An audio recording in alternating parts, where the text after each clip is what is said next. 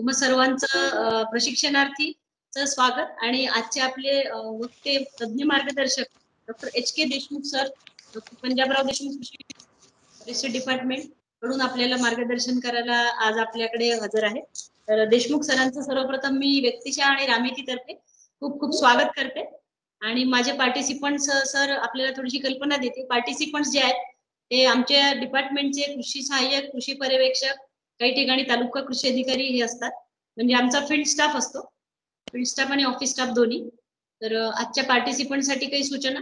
आपण सरांचं ऐकताना किंवा पूर्ण ट्रेनिंग असताना आपला कॅमेरा आणि आपला माईक दोन्ही ऑफ ठेवावा, जेणेकरून आपल्याला डिस्टर्बन्सेस येणार नाही. जर कुठे आवाजात किंवा कारण सर अकोल्याहून जॉईन झाले आहेत, त्यामुळे आवाजात किंवा कुठे व्हिडिओ मध्ये विजन मध्ये कुठे प्रॉब्लेम असेल तर कृपया माईक ऑन करून आम्हाला तशी कल्पना द्यावी. आणि तिसरी सूचना, आम्ही आज दुपारी गुगल फॉर्म टाकू एक, त्याच्यात आपल्याला फीडबॅक द्यायचा. तर त्यामुळे आपली रजिस्ट्रेशन म्हणजे नोंदणी होणार आहे आणि फीडबॅक पण आपण आम्हाला द्यायचे आहे. तर माझ्या रामेतीतर्फे मी तुम्हा सर्वांचं आजच्या कृषी वनीकरण आणि सिल्व्हीपास्चर लागवड व्यवस्थापन या विषयात तुम्हा सर्वांचं मी खूप खूप स्वागत करते आणि देशमुख सरांना मी विनंती करते की सर कृपया आपला अल्प परिचय देऊन आपण आपलं आजचं लेक्चर सुरू करावं ही विनंती. धन्यवाद. धन्यवाद मॅडम. मी पहिले माझं PPT जे आहे ते अपलोड करतो आणि नंतर वनीकरण विषयासंदर्भात मी सरांचं ऍडजस्टमेंट होईपर्यंत बोलते. वनीकरण हा विषय आता आपल्यासाठी शिकण्याचा विषय झालाय. पूर्वी फार काळी आपल्याकडे प्रत्येक गावात एक कुरण किंवा एक जागा सोडलेली असायची चाऱ्यासाठी किंवा वनासाठी.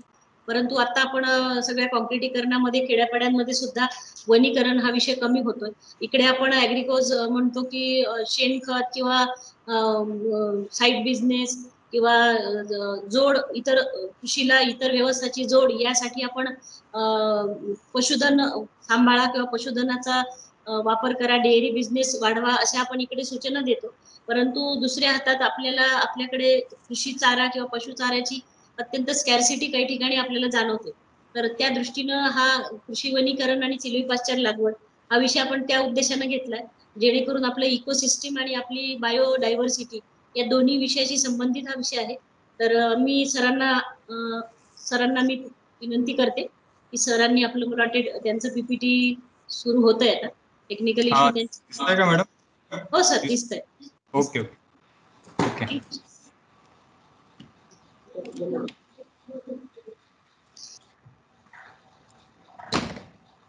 नमस्कार, मी हर्षवर्धन देशमुख वनविद्या महाविद्यालय डॉक्टर पंजाबराव देशमुख कृषी विद्यापीठ येथे कार्यरत आहे.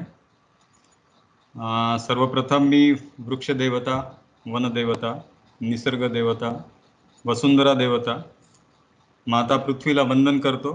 संपूर्ण विश्वाला ज्यांच्या अथक परिश्रमातून अन्न मिळतं अशा माझ्या कष्टकरी अन्नदाता शेतकरी माऊली यांना माझा मानाचा मुजरा, ज्यांच्यासाठी आपण झटतोय, काम करतोय. तसेच शेती आणि शेतकरी यांचा आधारस्तंभ जे आहेत, जे रात्रंदिवस शेतकरी माऊली यांच्या भरभराटीसाठी झटणाऱ्या समस्त कृषी विभागातील सर्व पदाधिकारी व जमिनीला जुळून काम करणारे जे पण कृषी सहाय्यक आणि सर्व कर्मचारी वृंद यांना माझा सप्रेम नमस्कार. प्रादेशिक कृषी विस्तार व्यवस्थापन प्रशिक्षण संस्था रामेती अमरावती यांनी आयोजित कृषी वनीकरण आणि सिल्व्हीपास्चर लागवड व्यवस्थापन विषय याचं जे प्रशिक्षण कार्यक्रमामध्ये जुडलेल्या सर्व प्रशिक्षणार्थींचे मी मनपूर्वक स्वागत करतो. तसेच रमेतीला मी धन्यवाद देतो की त्यांनी मला वृक्ष लागवड आणि व्यवस्थापन या विषयावर माझे विचार मांडण्याची मला संधी दिलेली आहे. कृषी वन शेती आणि वृक्ष लागवड व्यवस्थापन या विषयाला धरून गेले 20 वर्षे मी केलेले काम, वृक्ष लागवड व कृषी वन शेती अनुषंगाने मला आलेला अनुभव आपल्या समोर मांडताना सध्या मला आनंद होत आहे. तर मी माझे विचार जे आहेत ते 2 टप्प्यांमध्ये मांडणार आहे. पहिल्या टप्प्यात मी ज्यांच्या सोबत आपण काम करू इच्छितो म्हणजे शेतकरी वर्ग त्यांच्या सध्या स्थितीतील काय समस्या आहे आणि वृक्षप्रती त्यांचा नेमका कोणता दृष्टिकोन आहे, वृक्षाचे शेतामध्ये काय महत्त्व आहे, याच्याबद्दल थोडीशी मी आपल्याला कल्पना देईल. त्याच्यानंतर मग मी वृक्ष लागवडीचे नियोजन कसे करावे व त्याच्या पद्धती काय, जमिनीची वृक्षांची निवड व विविध उपयोगी वृक्ष व त्याचे व्यवस्थापन कसे करावे याबद्दल मी थोडंसं प्रकाश टाकेल.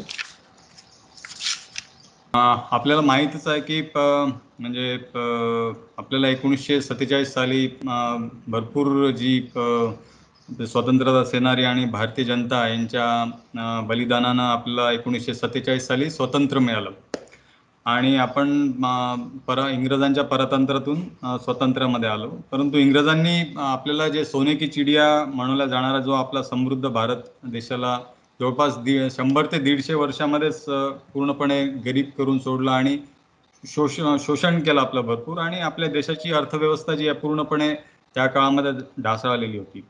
आणि आपल्याकडे जवळपास त्या काळाची जे लोकसंख्या होती म्हणजे 25-30 करोड, त्यांना देण्यास पण आपल्याकडे पुरेसं अन्न नव्हतं त्यावेळेस. आणि स्वतंत्र मिळाल्यानंतर गरिबी म्हणा, भूकमारी म्हणा, महामारी किंवा दुष्काळ, बेरोजगारी अशा सारख्या वेगवेगळ्या समस्यांनी आपला भारत देश ग्रासलेला होता. आणि आपल्याकडे विकसित तंत्रज्ञान सुद्धा नव्हतं. जवळपास प्रत्येक उदरनिर्वाहाच्या गोष्टींसाठी आपल्याला परावलंबी आपण झालेलो होतो आणि अन्नासाठी आपल्याला दुसऱ्यांकडे हात पसरावे लागले होते. तर म्हणजे आपल्याला असं म्हणायचं की कटोरा घेऊन उभा असलेला गरीब देश अशा म्हणून आपल्या संबोधल्या जाऊ लागलं होतं. परंतु काय झालं की त्यानंतर आपण शेतकरी वर्ग, शास्त्रज्ञ, शासनकर्ता, सरकारी यंत्रणा आणि राज्यकर्ता सरकार, उद्योगकर्ता आणि भारतीय जनता यांनी एक खूप धोरणात्मक पाऊल उचललं आणि आपल्या देशामध्ये हरित क्रांती घडून आणि हळूहळू आपला देश जो आहे तो अन्नधान्यामध्ये पाहता पाहता आपण स्वावलंबी झालो आणि सुरक्षित झालो. तर आजच्या घडीला जे आपल्याकडे अन्नधान्याचा जो साठा आहे तो जवळपास 6-7 करोड टन आहे, जो आपल्या भारतीय गोदामांमध्ये ठेवलेला आहे. तर हा जो चमत्कार आणि बदल झालेला आहे, ह्यामध्ये सगळ्यात महत्त्वाचा आणि सिंहाचा वाटा जो घेतलेला आहे तो शेतकरी माऊली आणि कृषी मध्ये निगडीत जे कृषी विभाग वगैरे आहे त्यांनी हा वाटा घेतलेला आहे. परंतु काय झालं की हरित क्रांतीसोबतच आर्थिक क्रांती स्थिती सुद्धा सुधारण्यासाठी, भारताचा विकास होण्यासाठी औद्योगिक क्रांती ची सुरुवात मोठ्या प्रमाणामध्ये झाली आणि मोठमोठे कारखाने, उद्योग उभारणी करण्यात आली. आणि त्याच अनुषंगाने काय झालं की शेती आणि वने आधारित जे उद्योग होते ते सुरू झाले. परंतु हे होत असताना काय झालं की सोबतच लोकसंख्या सुद्धा खूप वाढत होती आणि त्याचे वन आणि शेती आधारित जे वाढत्या मागण्या होत्या त्या नैसर्गिक संसाधनांचा आणि जैवविविधता संपन्न वनांचा ऱ्हास त्यामुळे होता आणि सध्या होत आहे. आणि शेतीवर, वनावर त्यामुळे काय म्हणजे दबाव वाढून राहिलेला आहे आणि त्यामुळे पर्यावरण समतोल बिघडलेला आहे. आणि त्याच अनुषंगाने काय झालं की औद्योगिकीकरणामुळे प्रदूषण भरपूर प्रमाणामध्ये वाढलेलं आणि त्यामुळे पृथ्वीचे तापमान वाढलेलं आहे. आणि परिणाम काय झाला की लाखो करोडो वर्षांपासून जे पोषक पर्यावरण बनलं होतं आणि हवामानामध्ये बदल घडला आणि घडत आहे आणि त्यामुळे नैसर्गिक आपत्तीमध्ये वाढ झालेली आहे आणि ती आपण सध्या अनुभवतो सुद्धा आहे. आपल्याला पाहायला मिळत आहे म्हणजे दुष्काळ पडतो, कधी कधी पाणीच पडत नाही किंवा खूप जास्ती पाणी पडतं आणि ओला दुष्काळ येतो, पाणीच पडत नाही तर दुष्काळ, कोरडा दुष्काळ येतो, अनियमित अतिवृष्टी होते, पूर येतो, किडींचा आणि रोगांचा प्रादुर्भाव, अशा अनेक पर्यावरण संतुलन बिघडण्याचे जे संकेत आहे ते आपल्याला दिसून येत आहे याच्यामुळे. आणि निसर्ग चक्र जे आहे त्याच्यामुळे अनियमितता आणि अनुभवास मिळत आहे. आपण साधं उदाहरण घेतलं तर पहा की पावसाळ्यामध्ये पाऊस पडतो परंतु त्याची तीव्रता इतकी जास्त असते की त्याचा परिणाम नद्यांना पूर येतो, मग पिकांची नासाडी होते, कीट आणि रोगांचा प्रादुर्भाव त्याच्यामध्ये बऱ्या प्रमाणे वाढत होतो. तर अशा पद्धतीनं तुम्हाला आठवत असेल की मागच्या वर्षी एप्रिल 2020च्या दरम्यान लोकस्ट नावाचा हा टोळ हा किडा आहे, त्याचा झुंड आपल्या भारतामध्ये सिंध प्रांतातून पाकिस्तानातून आला, त्याच्यानंतर तो राजस्थानमध्ये आला, राजस्थानमधून उत्तर प्रदेशमध्ये, पंजाबमध्ये, आणि त्या भागातली त्यांनी गावाच्या गावात, जिल्ह्याच्या पिकांवरती हमला केला आणि जवळपास 1,00,000 हेक्टर जो आहे तो जो एरिया तो उद्ध्वस्त त्याच्यामुळे झाला. आणि पहा याच्यामध्ये काय की त्याच्यामध्ये अभ्यासामध्ये असं आहे की 1 स्क्वेअर किलोमीटर मध्ये समजा असेल तर त्याच्यामध्ये टोळ हा जो किडा आहे तो 4 करोडच्या संख्येमध्ये उपलब्ध असतो आणि तो काय जवळपास 35,000 लोकांना पुरेल एवढं अन्न तो खाऊन टाकतो. नंतर दुसरं उदाहरण द्यायचं झालं तर मागच्या महिन्यामध्ये तुकाटे नावाचे समुद्री वादळ आपल्याला आले आणि ते गुजरात किनारपट्टी, कोकण किनारपट्टी किंवा गोवा किनारपट्टीला येऊन धडकले आणि त्यांनी खूप नुकसान झाले. तर हे सर्व कशामुळे होत आहे तर पर्यावरण व हवामान याचे बदल, वारंवार होणाऱ्या नैसर्गिक आपत्तीचे संकेत आपल्याला पाहायला मिळत आहेत. तर त्याच्यामुळे काय होतं की शेतकऱ्यांपुढे असे 2 मोठे आव्हान आहे. पहिलं आव्हान म्हणजे पर्यावरणामुळे होणारं नुकसान, तर आणि दुसरं आव्हान म्हणजे हरित क्रांतीमुळे निर्माण झालेलं आहे. हरित क्रांती पद्धतीमध्ये अधिकाधिक उत्पादन वाढवण्यासाठी वेगवेगळे तंत्रज्ञान तिथे वापरले आले, जादा उत्पादन देणारी संकरित बियाणे त्याच्यामध्ये आले, रासायनिक खते, विविध कीटकनाशके, सिंचनाद्वारे भरपूर पाण्याचा उपयोग त्या शेतीमध्ये झाला आणि ज्यामुळे आपण अन्नधान्यामध्ये सुरक्षित झालो, स्वावलंबी झालो. आणि हे करत असताना परंतु हे त्या काळाची गरज सुद्धा होती.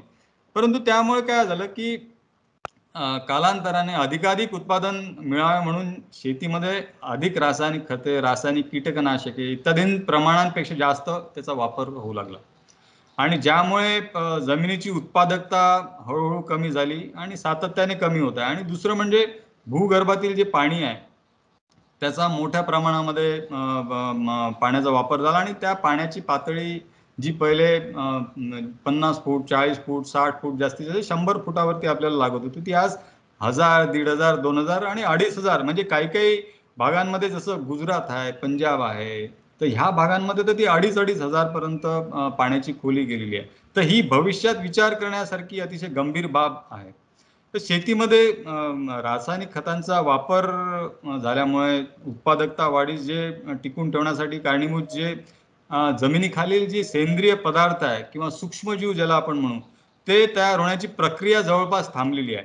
हे मी तुम्हाला मुद्दाम सांगतोय कारण की याचं लिंक आपण वृक्ष लागवडी सोबत करतोय. म्हणजे तुम्हाला असं वाटेल की मी थोडासा विषय भरकटतोय पण तसं नाही आहे, है ना. कारण या सेंद्रिय पदार्थांना निर्माण करणारे जमिनीतील सूक्ष्मजीव सृष्टी जी आहे, जमिनीखालील परिसंस्था ज्याला आपण इकोसिस्टम म्हणतो, ती विविध होत आहे, त्यामुळे ती विषबाधित झालेली आहे आणि त्यामुळे जमिनीखालील अन्न साखळी जी आहे ज्याला आपण फूड चेन म्हणतो ती धोक्यात आलेली आहे आणि शाश्वत शेती करण्याचे सगळे मार्ग जे आहेत ते हळूहळू त्यामुळे बंद होत आहेत. याचा अर्थ असा की शेतीत शाश्वती ठेवणारे जमिनीतील सर्व घटक म्हणजे सजीव पद्धती संपुष्टात येत आहे आणि म्हणून शेतीमध्ये शाश्वत पद्धती पुनर्जीवित करणे ही काळाची सध्याच्या घडीला गरज आपल्याकडे आहे. आता मूळ विषयाकडे वळताना मला असं इथे सांगायचं आहे की आपल्या शेतामध्ये समजा शाश्वत बनवायची असेल, आपल्या शेतीमध्ये पोषक पर्यावरण निर्माण करायचे असेल किंवा इकोसिस्टम पुनर्जीवित तिथली करायची असेल, तर त्याचे सुंदर उदाहरण मी तुम्हाला एक देतो की वने जी असतात ती मनुष्यरहित असताना सुद्धा व्यवस्थित टिकून आहेत आणि शाश्वत सुद्धा आहेत. आपण कधी याचा विचार केला की वनांमध्ये विविध वनस्पती व झाडांना पाणी कोण देत असेल किंवा त्यांना अन्नद्रव्य कोण देत असेल? तर वनांमध्ये कोणी नसताना सुद्धा झाडांना, वनस्पतींना, जीवजंतूंना, कीटक जे आहे तिथे हवे तेवढे अन्न पाणी मिळत असतं आणि ते उपलब्ध सुद्धा असतं. तर त्यांना ते निरंतर मिळत सुद्धा राहतं. तर वनांमध्ये आढळणाऱ्या सर्व प्रकारच्या ज्या वनस्पती आहे किंवा प्राणी आहे किंवा जीवजंतू आहे यांना अन्न पाणी किंवा जगवण्यासाठी पोषक पर्यावरण, विविध प्रकारच्या शाश्वत परिसंस्था म्हणजे इकोसिस्टम तेथील समृद्ध शृंखला यांच्या मार्फत ते मिळत असतं. तर आज मला हे सांगायचं आहे की ते आपल्याला समजा शेतामध्ये पुनर्जीवित करायचं असेल तर त्याचा एकमेव मार्ग म्हणजे वृक्ष आपल्याला शेतामध्ये आणावं लागेल. परंतु आज काय झालेलं आहे की आज आपण पाहतोय की शेतकरी माऊली जो आहे तो खूप मोठे त्याच्या पुढे आव्हान आहे. समस्याने तो ग्रासलेला आहे. पर्यावरण, हवामान मी पहिलेच सांगितलेलं आहे. निसर्ग चक्रामध्ये अनियमितता आपल्याला दिसून येते. कीट रोग त्यांचा प्रादुर्भाव आहे. मालाला बरोबर भाव मिळत नाही. शेत जमीन जी कमी होत चाललेली आहे. आता शेत जमीन कमी होत चाललेली आहे म्हणजे मी आहे, माझे 2 मुलं आहेत, माझ्याकडे 10 एकर शेती आहे, तर ते 2 मुलांमध्ये ती विभागणी होते आणि अशा पद्धतीनं शेती पण कमी होत आहे. लाखो टन, करोडो टन माती जी आहे ती शेतामधून वाहत चालली. हा अतिशय महत्वाचा मुद्दा इथे आहे की शेतामधून लाखो टन माती वाहत जात आहे. त्याचं कारण पण मी तुम्हाला सांगेन. जमिनीची पोत जी आहे ती हळूहळू कमी होत आहे. अशा अनेक आव्हानं शेतकरी समोर आहेत आणि आपल्याला कमीत कमी नुकसान व जास्तीत जास्त फायदा झाला पाहिजे, नफा झाला पाहिजे, ह्याकडे शेतकरी माऊली सध्या त्यांचे प्रयत्न असतात आणि ते बरोबर सुद्धा आहे. कारण की त्याचा उदरनिर्वाह शेताच्या एका तुकड्यापासून होत असतो. म्हणून त्यांना जास्तीत जास्त कोणत्या पद्धतीमुळे आपल्याला नफा होतो ती पद्धत तुम्हाला त्यांच्या शेतामध्ये आणावं लागते. जास्तीत जास्त पिकांखाली क्षेत्र येण्यासाठी काय अडचणी आलेल्या आहेत. शेतामधले जे धुरे आहेत ते धुरे नाहीसे झालेले आपल्याला दिसतात किंवा कमी झालेले. काही काही शेतांमध्ये तर धुरेच नाहीये. तर हे सुद्धा एक महत्वाचं कारण आहे की जमिनी वरची जी मातीचा जो थर असतो तो वाहून जाण्याचं हे पण एक महत्वाचं कारण आहे.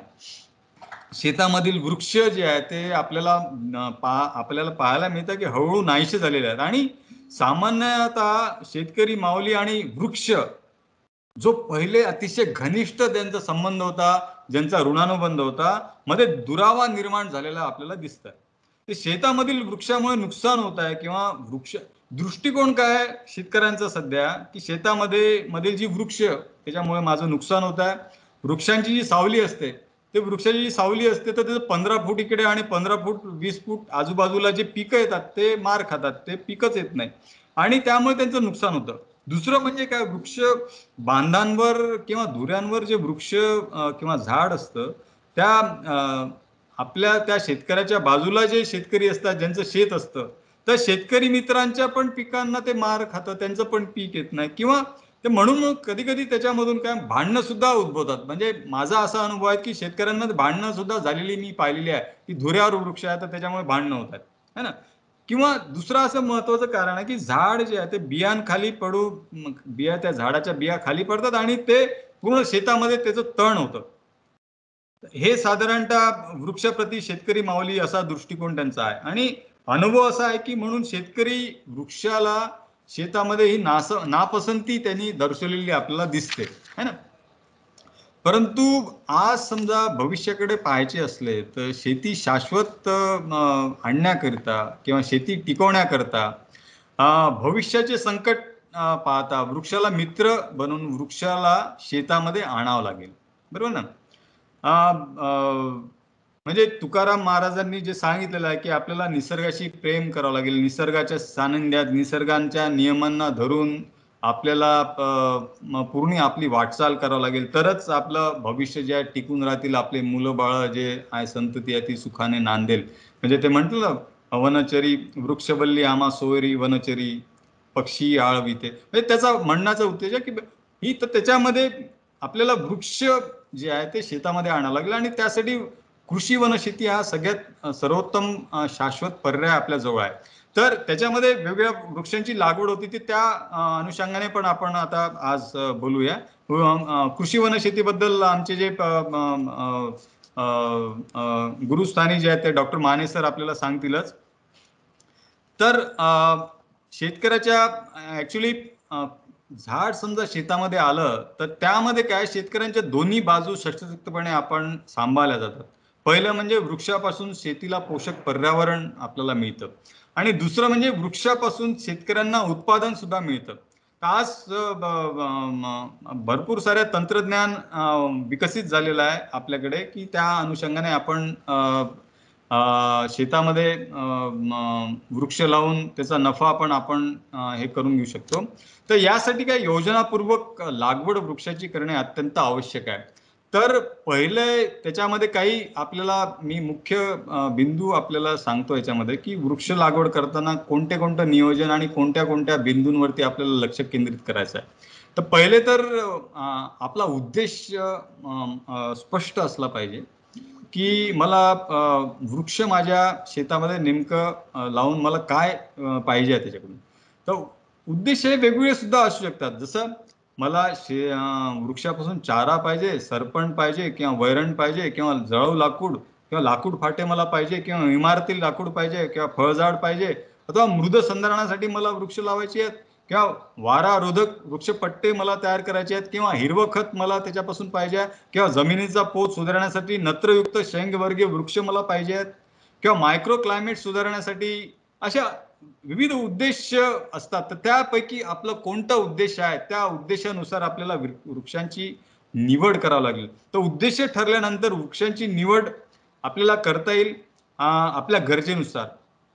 दुसरी बाब म्हणजे उद्देश पाहून आणि जमीन पाहून मुख्यत्वे करून स्थानिक प्रजातींचा वृक्षांची निवड आपल्याला करावी लागेल. तर ते वृक्ष कोणते आहे, जसं आपल्याला समजा शेतीच्या कुंपणासाठी वृक्ष पाहिजे आहेत, तर त्याच्यामध्ये विलायती बाबूळ आहे, करोंदा आहे, शिकेकाई आहे, मेहंदी आहे, चिलार आहे, घायपात आहे, सागरगोटी आहे, ग्लिरिसिडी आहे, बोर आहे किंवा निवडुंग आहे, निरगुडी आहे, घाणेरी आहे इत्यादी असे किंवा हिंगणबेट आहे, हेटा आहे, हातगा आहे, अशासारखे विविध प्रकारचे जे शेतीच्या कुंपणासाठी उपयोगी असे वृक्ष आपल्याकडे स्थानिक प्रजाती आहेत त्याचा आपण उपयोग करू शकता. किंवा वैरणासाठी किंवा सरपणासाठी किंवा जळव लाकडासाठी आपल्याकडे सुबाबूळ आहे, ज्यांची कॅलोरिफिक व्हॅल्यू खूप जास्त असते. अशा पद्धतीचे वृक्ष आपण जळव लाकूडसाठी आपण त्याची लागवड करू शकतो आपण शेतामध्ये. सुबाबूळ आहे, ज्यात बाबुळी आहे, ज्यांची कॅलोरिफिक व्हॅल्यू आहे 4000 किलो कॅलरीजच्या वरती आहे. सुबाबूळ आणि विलायती बाबूळ आहे जे आहे ते 5000 किलो कॅलरीज त्यांच्यामध्ये आहे. म्हणून ते जलतनासाठी अतिशय उत्कृष्ट असं लाकूड त्याचं मानलं जातं. अंजन आहे, सिसू आहे, शेवरी आहे, पांगारा आहे, जांभूळ आहे, नीम सुद्धा आहे, शिरस आहे, काशीद आहे, सरू आहे. ह्या इत्यादी वृक्ष जे आपल्याकडे आहे ते वैरणासाठी किंवा सरपणासाठी किंवा जळव लाकडासाठी आपण वापरू शकतो. मग शेती अवजारांसाठी समजा आपल्याला वृक्ष पाहिजे असतील तर त्याच्यासाठी बाबूळ आहे, नीम आहे, साग आहे, तिवस आहे, बांबू सुद्धा आपण काही काही ठिकाणी आपण वापरू शकतो, खैर आहे, सिसू आहे. तर अशा पद्धतीचे वृक्ष आपण त्याच्यासाठी वापरू शकतो. इमारती लाकूड, समजा आपलं उद्देश इमारती लाकूड हे लावण्याचं असेल तर त्याच्यामध्ये साग आहे, शिवण आहे, बीजा आहे, ऐन आहे, तिवस आहे, शिसू आहे, नीम आणि आंबा सुद्धा आहे, मोहगनी आहे, ग्लिरिसिडी आपला निलगिरी आहे, बांबू आहे, सुबाबूळ आहे, मेलिया डुबिया सुद्धा आपण याच्यामध्ये वापरू शकतो. जलद गतीने वाढणारे समजा वृक्ष आपल्याला पाहिजे असतील जे प्लायवूड किंवा पेपर मिल इंडस्ट्रीसाठी आपण वापरू शकतो, त्यासाठी पण आपल्याकडे वृक्ष आहेत. जसं निलगिरी आहे जी 3 ते 4 वर्षामध्ये कापणीला येऊ शकते, सुबाबूळ तसंच आहे, सरू आहे, बास आहे. हे सगळे जे आहे जलद गतीने वाढणारे वृक्षांमध्ये त्याची आपण ठेवू शकतो ते आणि आपल्या गरजेनुसार त्यांची निवड करू शकतो. प्लायवूडसाठी निलगिरी आहे, लिंबार आहे, मेलिया आहे, बकान आहे, सरू आहे, सुबाबूळ आहे, नीम आहे. किंवा पॅकेजिंग इंडस्ट्रीमध्ये भरपूर प्रमाणामध्ये लाकडं आपल्याकडे येतात. आमच्या कृषी विद्यापीठानेच एक खूप चांगलं झाड त्याच्यामध्ये शिफारस त्यांनी केलेली आहे, त्या म्हणजे महारूक आहे, काठसवर आहे, अशा सुद्धा झाडा. जी तर आपली पीपीटीची स्लाइड पुढे नाही सरकत. हो, मी अजून माझं प्रेझेंटेशन जे आहे ते अजून सुरू नाही केलेलं आहे. ठीक आहे सॉरी. जी मॅडम, है ना. ते अजून म्हणजे वृक्ष लागवड कशी करतात ते पुढे आपण बेसिक गोष्टी आपण समजून घेऊ, त्याच्यानंतर आपण मला वाटलं की टेक्निकल इश्यू असतो कधी असतो. जी मॅडम, सॉरी. ओके. नंतर हिरवे खत जे आहे, हिरवे खत साठी आपल्याकडे ग्लिरिसिडी आहे किंवा सुबाबूळ अशा पद्धतीचे वृक्ष आपण निवडू शकतो. तुम्हाला एक माहिती आहे का की ग्लिरिसिडी हा जो वृक्ष आहे ते समजा बांधांवरती आपण लावले आणि 200 मीटर समजा असेल आणि त्याचा पालापाचोळा आपण तोडून तो आपल्या जमिनीत टाकला तर आपल्याला 40 किलो नत्र मिळतं.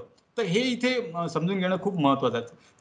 चारा पिकांसाठी आपल्याकडे झाडं अंजन आहे, कचनार आहे, चिंच आहे, पिंपळ आहे, जे म्हणजे दुग्ध व्यवसाय ज्यांच्याकडे आहे किंवा बकरी पालन किंवा गोटरीज वगैरे करतात किंवा शेळी मेंढी पालन जे करतात तर त्यांच्यासाठी चाऱ्याची आवश्यकता असते, तर त्यांनी सुद्धा नियोजनबद्ध पद्धतीनं चारा पिकं खूप सारी आहे, जसं अंजन आहे, कशनार आहे, चिंच आहे, पिंपळ आहे, बाबूळ आहे, बोर आहे, शिरस आहे, जांभूळ आहे, शिसू आहे, तुती आहे, सुबाबूळ आहे, नीम आहे. अशा पद्धतीचे वृक्ष आपण लावून तो आपण चारा निर्मिती आपल्या जनावरांसाठी करू शकता. मग शेतीच्या बांधांवरती मृदा संधारण करण्यासाठी किंवा वृक्षपट्टे वगैरे करण्यासाठी बांबू आहे आपल्याकडे, नीम आहे, करंज आहे, निलगिरी आहे, सरू आहे, जांभूळ आहे, सुबाबूळ आहे, अमलतास आहे, बकान आहे, लिंबार आहे इत्यादी, शेवगा आहे, हातगा आहे, तुती आहे. अशा पद्धतीची वृक्षांची निवड आपण या उद्देशासाठी करू शकता. आता कोरडवाहू काय काय, बऱ्याचशा आपल्या अमरावती डिस्ट्रिक्टमध्ये कोरडवाहू जिरायती आपण शेती करत असतो, तर त्याच्यामध्ये कोरडवाहू फळझाडे सुद्धा आपण लावू शकतो, ज्याच्यामध्ये कृषी वनशेती मध्ये आपण त्याचा अवलंब करू शकता. ज्याच्यामध्ये आवळ आहे, चिंच आहे, बोर आहे, आंबा आहे, कवट आहे किंवा जांभूळ आहे, बिबा आहे, चारोळी आहे किंवा खिरणी आहे किंवा सीताफळ, करवंद, याच्या अशा पद्धतीच्या वृक्षाची लागवड आपण फळझाड म्हणून करू शकता.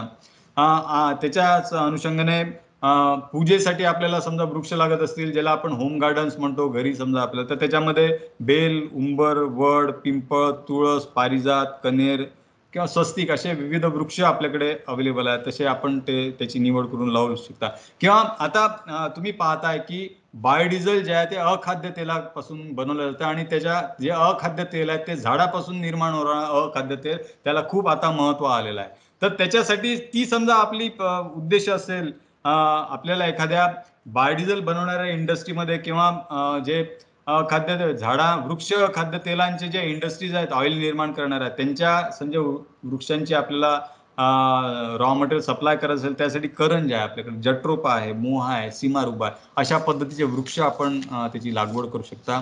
तर हे जे वृक्ष आहेत ते उद्देशानुसार मी तुम्हाला वृक्ष सांगितलेले आहेत. नंतर तिसरी जी गोष्ट आहे बाब म्हणजे उपलब्ध बाजारपेठ. अतिशय महत्वाचा मुद्दा हा आहे. तर बाजारपेठेनुसार आपण सुद्धा वृक्षाची लागवड करू शकता. नफा करणं, नफा आपला उद्देश असेल तर त्यासाठी वेगवेगळ्या पद्धतीचे कोणत्या कोणत्या फॉरेस्ट बेस्ड इंडस्ट्रीज आहेत, वन आधारित उद्योग आहेत, ते आपल्याला आपल्या विभागामध्ये पाहावं लागेल. जसं पेपर इंडस्ट्री आहे, प्लायवूड इंडस्ट्री आहे, फर्निचर इंडस्ट्री आहे, सॉ मिल आहे, लक्कड बाजार आहे. म्हणजे आता अमरावती असेल तर मी तुम्हाला सांगू इच्छितो की बल्लारशाला एक पेपर मिल आहे, जी त्यांना रॉ मटेरियल पाहिजे असतं लगद्यासाठी, तर त्यासाठी ते खूप मोठ्या प्रमाणावरती निलगिरी, सुबाबू, सरूची लागवड ते करतात आणि त्याची बायबॅक गॅरंटी सुद्धा ते करतात. तर अशा पद्धतीचे काही प्रावधान आहे का, तो उद्देश आपला आहे का, त्या उद्देशानुसार आपण ते वृक्षाची निवड करू शकतो. त्याच्यानंतर ट्रान्सपोर्टेशन, म्हणजे एखादी इंडस्ट्री फॉरेस्ट बेस्ड इंडस्ट्री असेल तर ती इंडस्ट्री जी आहे ती तुमच्यापासून किती लांब आहे, तर तो पण एक महत्वाचा मुद्दा याच्यामध्ये येऊ शकतो झाडांची निवड करताना, है ना. हे सर्व मुद्दे लक्षात घेता वृक्षांची निवड आपण करू शकता. किंवा आपल्याकडे पाहतो आपण आपल्या अमरावती डिस्ट्रिक्टमध्ये, अकोला डिस्ट्रिक्टमध्ये संत्र्याची लागवड खूप मोठ्या प्रमाणामध्ये होते. तर संत्र्याला जे आहे ते आधार देण्यासाठी बांबू हा अतिशय महत्वाचा मानला जातो. तर त्याच्यासाठी आपल्याकडे अवेलेबल मार्केट आहे. आता बांबू सुद्धा खूप पोटेन्शियल असं एक वृक्ष आहे, ते आपण आपल्या याच्यामध्ये त्याची व्यावसायिक शेती करू शकता आणि त्याच्यामध्ये आपण तुम्ही बांबू मार्फत एक खूप चांगलं पीक असेल तो पण आपण एक विचार करू शकता. दुसरं परंतु आता हे सगळं करत असताना एका शेतकऱ्यांनी हे करून चालणार नाही, तर आपल्याला पूर्ण एक शेतकऱ्यांचा समूहासहित ते लावावं लागेल. जसं पेपर इंडस्ट्री आहे किंवा प्लायवूड इंडस्ट्री आहे, तर ते प्लायवूड इंडस्ट्रीवाले किंवा पेपर इंडस्ट्रीवाले तेव्हाच येतात जेव्हा तुमच्याकडे 50-60 एकर किंवा 100 एकर असं क्षेत्र त्याच्या लागवडीखाली येतं, तरच त्यांना येण्यासाठी ते परवडतं. तर ह्या सुद्धा बाजू खूप महत्वाच्या आहेत.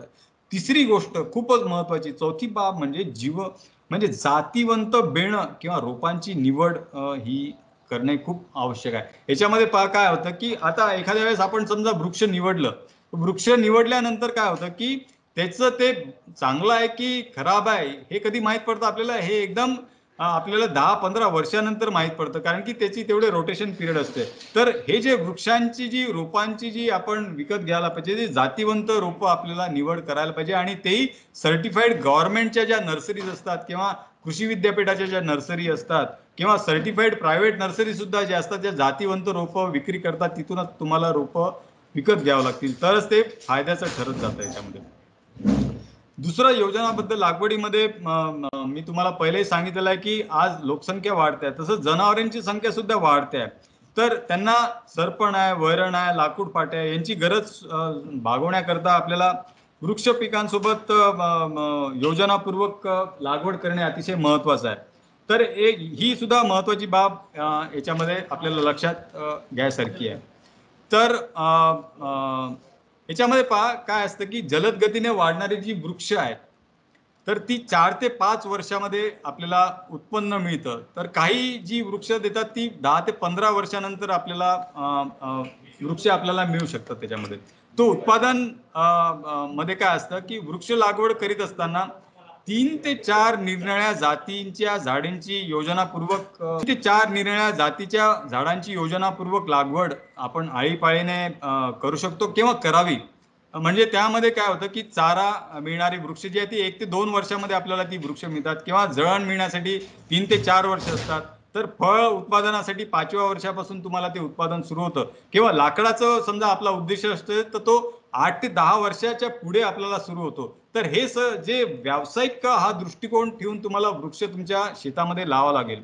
जसे जलद गतीने वाढणारे जे वृक्ष आहे ते त्याच्यामध्ये निलगिरी, सुबाबू, सरू आपण लावू शकतो जे 3 ते 4 वर्षामध्ये आपल्याला त्याच्यामध्ये तोडणी करून आपण ते लावू शकतो किंवा 5व्या वर्षी तुम्हाला लावायचं असेल तर ती बल्ली म्हणून ती विकल्या जाते है ना. तर हे सुद्धा याच्यामध्ये खूप महत्वाचं आहे. तर याच्यामध्ये अजून एक महत्वाची बाब म्हणजे ह्या गोष्टी झाल्यानंतर लागवडीच्या पद्धती आता मूळ विषयाकडे येताना आपण पाहू की लागवडीच्या पद्धती कोणकोणत्या आपल्याकडे आहेत. तर वृक्ष लागवड ही दीर्घ मुदतीची आहे. जास्तीत जास्त गुंतवणूक त्याच्यामध्ये पहिलेच केल्या जाते. म्हणून अतिशय जातीवंत वृक्ष रोपांची आपल्याला निवड करून ती लागवड आपल्याला करायची आहे. वृक्ष लागवडीसाठी उत्तम नित्र्याची जमीन आपल्याला निवडायला पाहिजे. ज्याचा सामू जो आहे तो म्हणजे ज्याला आपण pH म्हणतो 6.5 ते 7.5च्या दरम्यान असायला पाहिजे. आणि त्याच्यामध्ये वेगवेगळ्या पद्धतीमध्ये आपण ती लागवड करू शकतो आपल्या गरजेनुसार. जसं लागवड करताना योग्य लागवड पद्धती निवडणं सुद्धा गरजेचं आहे. कारण की त्या गोष्टींवरती त्याचं उत्पादन आहे किंवा रोग किंवा किडींचा प्रादुर्भाव आणि त्याचे व्यवस्थापन आपल्याला करता येतं. लागवड जास्त जवळ झाली तर 2 झाडातलं अंतर जे शिफारसीनुसारच आपल्याला ठेवलं अत्यंत महत्वाचं आहे. त्याच्यामुळे झाडाच्या वाढीवरती परिणाम होतो. तर त्या अनुषंगाने मॅडम ही नेक्स्ट स्लाइड आपल्याला दिसते. हो सर दिसतंय सर. प्लांटिंग सिस्टमची स्लाइड दिसते आपल्याला. हो सर दिसतंय. Okay planting system. Yes yes ठीक आहे. तर लागवड पद्धतीमध्ये ह्या 5 प्रकारच्या वेगवेगळ्या लागवड पद्धती आपल्याकडे उपलब्ध आहे. तर त्यानुसार जसं चौरस याच्यामध्ये आपण मांडणी पद्धती जी आहे त्याच्यामध्ये आपण वृक्ष लागवड करताना योग्य लागवड म्हणजे चौरस पद्धतीमध्ये पण आपण त्याची लागवड करू शकतो. आपली जी जमीन असते ती जमीन चौरसामध्ये आपण विभागणी करून त्याचं लेआउट करू शकतो आणि चारी कोपऱ्यांवर वृक्ष याच्यामध्ये लावतात. त्यामुळे 2 ओळीतील किंवा 2 झाडातील अंतर हे समान राहतं. याच्यामध्ये मी तुम्हाला इथे कर्सर नेऊन तुम्हाला दाखवता येते. ही चौरस मांडणीमध्ये वृक्षाची लागवड आपण करू शकतो. याच्या ओळी परस्परांमध्ये काटकोना त्याच्यामध्ये छेदतो आणि या पद्धतीमध्ये जे उभी आणि आडवी मशागत खूप चांगल्या पद्धतीने आणि सोप्या पद्धतीने मध्ये आपण करू शकतो. आणि दोन्ही दिशांमध्ये याच्यामध्ये झाडांना आपल्याला पाणी देता येतं ही याच्यामध्ये आणि या पद्धतीमध्ये आपण बागायती फळझाडं पण लावू शकतो किंवा ज्याला ब्लॉक प्लांटेशन जे असतं जे आपण पेपर लगदा बनवण्यासाठी जे त्याच्यामध्ये पण आपण ही पद्धतचा अवलंब करू शकतो. दुसरी जी पद्धत आहे ती आहे रेक्टँग्युलर ज्याला आयती पद्धतीमध्ये मांडणी आपण म्हणतो. तर या पद्धतीमध्ये चौरस पद्धतीपेक्षा हा थोडा याच्यामध्ये बदल केलेला आहे. याच्यामध्ये 2 झाडामधील जे अंतरापेक्षा 2 ओळीतील अंतर काही झाडांच्या बाबतीत जास्त ठेवावे लागते आणि याच्यामध्ये म्हणजे 3x2 किंवा 5x4 किंवा 8x6 मीटर अशा पद्धतीचा आपण याच्यामध्ये अवलंब करू शकतो. तर या पद्धतीमध्ये चौरस पद्धतीचे सर्व फायदे आपल्याला मिळतात, परंतु मशागत करणे थोडंसं चौरस पद्धतीपेक्षा याच्यामध्ये अवघड जातं. हा इथे आपण दृष्टिकोन लक्षात घेतला पाहिजे. नंतर ट्रायंग्युलर सिस्टम, ज्याला आपण समभुज त्रिकोण मांडणी पद्धत आपण म्हणू शकतो, जी इथे कर्सर मी आपल्याला नेलेला दिसतोय. तर या पद्धतीमध्ये चौरस पद्धतीप्रमाणेच, परंतु 5वे झाड चौरसाच्या मध्यभागी आपण लावू शकतो. म्हणजे आपण इथे ही सगळ्या डाव्या साईडकडे आपल्याला ट्रायंग्युलर मेथड आपल्याला दिसते. तर इथे हा चौकोन असतो आणि चौकोनाच्या मधात एक झाड आपल्याला लावता येतं, ते आपण ट्रायंग्युलर पद्धतीमध्ये ते झाड लावू शकतो. तर याच्यामध्ये समजा फळझाडं असतील तर त्याच्यामध्ये सरळ वाढणारं जे झाड आहे ते आपण याच्यामध्ये लावू शकतो. ही जी पद्धत आहे ती चंदन लागवड करताना ही पद्धत खूप चांगली पद्धत आपण म्हणू शकतो. त्या पद्धतीचा अवलंब आपण करू शकतो. तर याच्यामध्ये काय होतं की झाडांची संख्या जवळपास दुप्पट होऊन जाते आणि बरोबर आहे, याच्यामध्ये झाडांची गर्दी वाढते, परंतु झाडांची निवड सुद्धा तशीच आपण करू शकतो. जसं चौरस ह्या ट्रायंग्युलर पद्धतीमध्ये ज्या चारी चौरसाच्या कोपऱ्यामध्ये जी झाड आहे ती डीप रूटेड सिस्टम आपण ठेवू शकतो आणि मध्य भागामध्ये जी झाड लावतो त्या पद्धतीमध्ये शॅलो रूट सिस्टम असणारं जे झाड आहे ते आपण लावून, किंवा कमी वयाचं असलेलं झाड हे आपण तिथे लावू शकतो, किंवा सरळ वाढणारं झाड आपण तिथे लावू शकतो. म्हणजे काय होतं की याच्यामध्ये जे पाणी आणि अन्नद्रव्यांमध्ये जी कॉम्पिटिशन होते त्या कॉम्पिटिशनमध्ये आपल्याला ती कॉम्पिटिशन मध्ये त्याची अडचण 2 झाडांची जाणार नाही. नंतर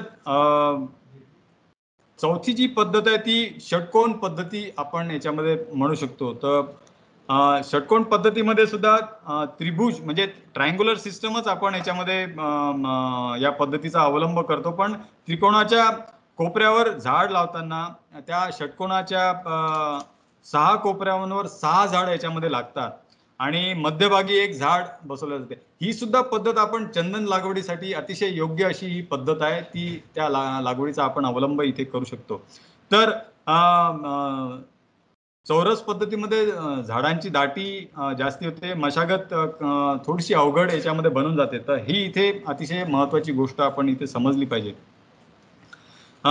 नंतर जी आहे समपातळी रेषा मांडणी पद्धत, ज्याला आपण हेज रो पण आपण म्हणू शकतो. तर ह्यामध्ये जसं असतं कंटूर पद्धतीमध्ये एक समपातळ डोंगराळ भागामध्ये आपण ह्या पद्धतीचा अवलंब करतो, जिथे कंटिन्युअस कंट्रोल ट्रेंचेस ज्या एरिया ट्रीटमेंट असते तिथे ती दिल्या जाते आणि त्या कंटिन्युअस कंट्रोल ट्रेंचेसच्या जो ट्रेंच आपण केलेली असते किंवा जो नाली आपण खोदलेली असते, चर आपण खोदलेला असतो, त्याच्या ज्या उभवट्यावरती आपल्याला तो वृक्ष लागवड आपण तिथे करू शकतो.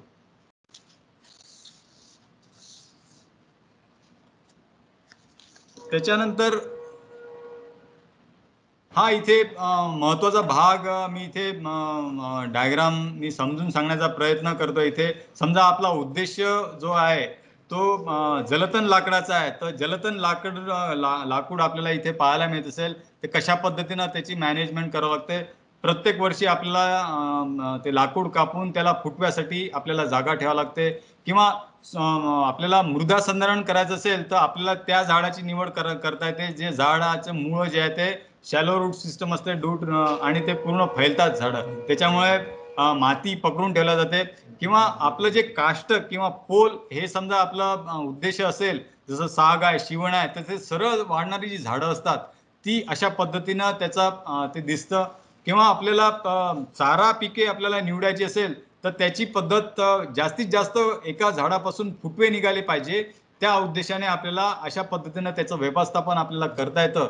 आणि ते फॉडर जे इथे पहा तुम्हाला जनावर दिसत, ते जनावर जे आहे ते ब्राउझिंग हाईटच्या वरती म्हणजे पोलार्डिंग करून ती आपण फॉडर पद्धती किंवा चारा पिके आपण घेऊ शकतो.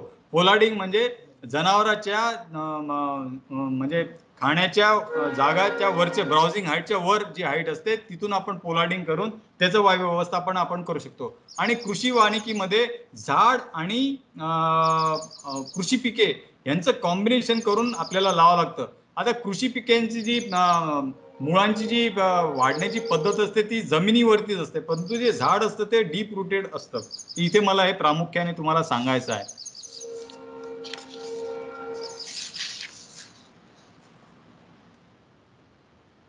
तर ह्या वेगवेगळ्या प्लांटिंग पद्धती आपण इथे व्यवस्थापन करताना आपण पाहू शकता. इथे पहा व्यवस्थित अंतर जे ठेवून आपण झाडांची लागवड केलेली आहे, पण इथे दाटी झालेली आहे. तर ती दाटी झालेली जी झाडं आहेत ती आपल्याला लयबद्ध पद्धतीने नियोजनबद्ध पद्धतीनं ती कापावं लागतात मधली झाडं. जसं आपण म्हटलं क्विंकन सिस्टम मध्ये आपण झाडं चार बाजूला चार कोपऱ्यात चार झाडं आणि मधात एक झाड लावलं, तर ते झाड असं निवडावं की ते स्मॉल रोटेशन पण असेल आणि सरळ वाढणारं पण असेल. तर ते 3 वर्ष झाले 4 वर्ष झाले की ते कापून टाकावं आणि जे मेन पीक आहे त्याला उभारण्यासाठी तुम्हाला जागा निर्माण करता येते तिथे. तर आता लागवड करण्याच्या पूर्वी जे आहे ते आपल्याला एक नियोजन करावं लागेल. आता मी माझा अनुभव सांगतो की मी जवळपास 1500 हेक्टरवरती स्वतः प्लांटेशन आणि लेआउट केलेलं आहे. तर माझा अनुभव असा आहे की जेव्हा मला एवढ्या मोठ्या प्रमाणावरती प्लांटेशन करायचं असतं तर मला 3-4 गोष्टींची प्लॅनिंग मध्ये ते घ्यावं लागतात. पहिलं तर ती साईट सिलेक्शन, कोणत्या जमिनीमध्ये मी ही लागवड करतोय ते साईट सिलेक्शन मला अतिशय करणं आवश्यक असतं. आपल्या म्हणजे वनशेतीमध्ये किंवा वृक्ष जेव्हा आपण वनशेतीमध्ये लावतो तेव्हा कोरडवाहू अथवा पडीक जमिनीची निवड त्याच्यामध्ये आपण मुख्यत्वे करून करत असतो, किंवा माळरान किंवा टेकडा किंवा रस्त्याच्या कडा किंवा मध्यम उथळ खोलीची जमीन असते ती तशा पद्धतीची जमीन आपण निवडतो. नाल्याच्या किनाऱ्यावर वनवृक्षांची लागवड ही सहसा केली जाते. या लागवडीमुळे मी पहिले सांगितलेलं की जमिनीची धूप थांबण्यामध्ये मदत होते आणि कृषी वनी शेतीमध्ये याचं खूप चांगल्या पद्धतीनं कॉम्बिनेशन आपण करू शकतो.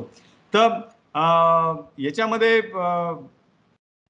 विविध जमिनींसाठी विविध वृक्ष आपण वापरू शकतो. जसं हलकं व उथळ जी जमीन असते त्या जमिनीमध्ये अंजन आहे, सुबाबूळ आहे, शिसू आहे, बाबूळ आहे, शिरस आहे, शेवरी आहे किंवा कडुलिंब आहे, अशा पद्धतीचं वृक्ष आपण निवडू शकतो. पाणथळ जमीन जी असते तिथे गिरीपुष्प आहे, सरु आहे किंवा भेंडी आहे, करंज आहे, शेवरी आहे, निलगिरी आहे, अशा पद्धतीचे वृक्ष आपण निवडू शकतो. क्षारयुक्त जमीन जी आहे, जसं आपल्या अमरावती डिस्ट्रिक्ट आणि अकोला डिस्ट्रिक्टमध्ये खूप मोठा जो पट्टा आहे तो खारपान पट्टा आहे आणि तो खारपान पट्टा असल्यावरही ती कोरडवाहू आहे, म्हणजे जिरायती शेती तिथे केल्या जाते. तर अशा पद्धतीच्या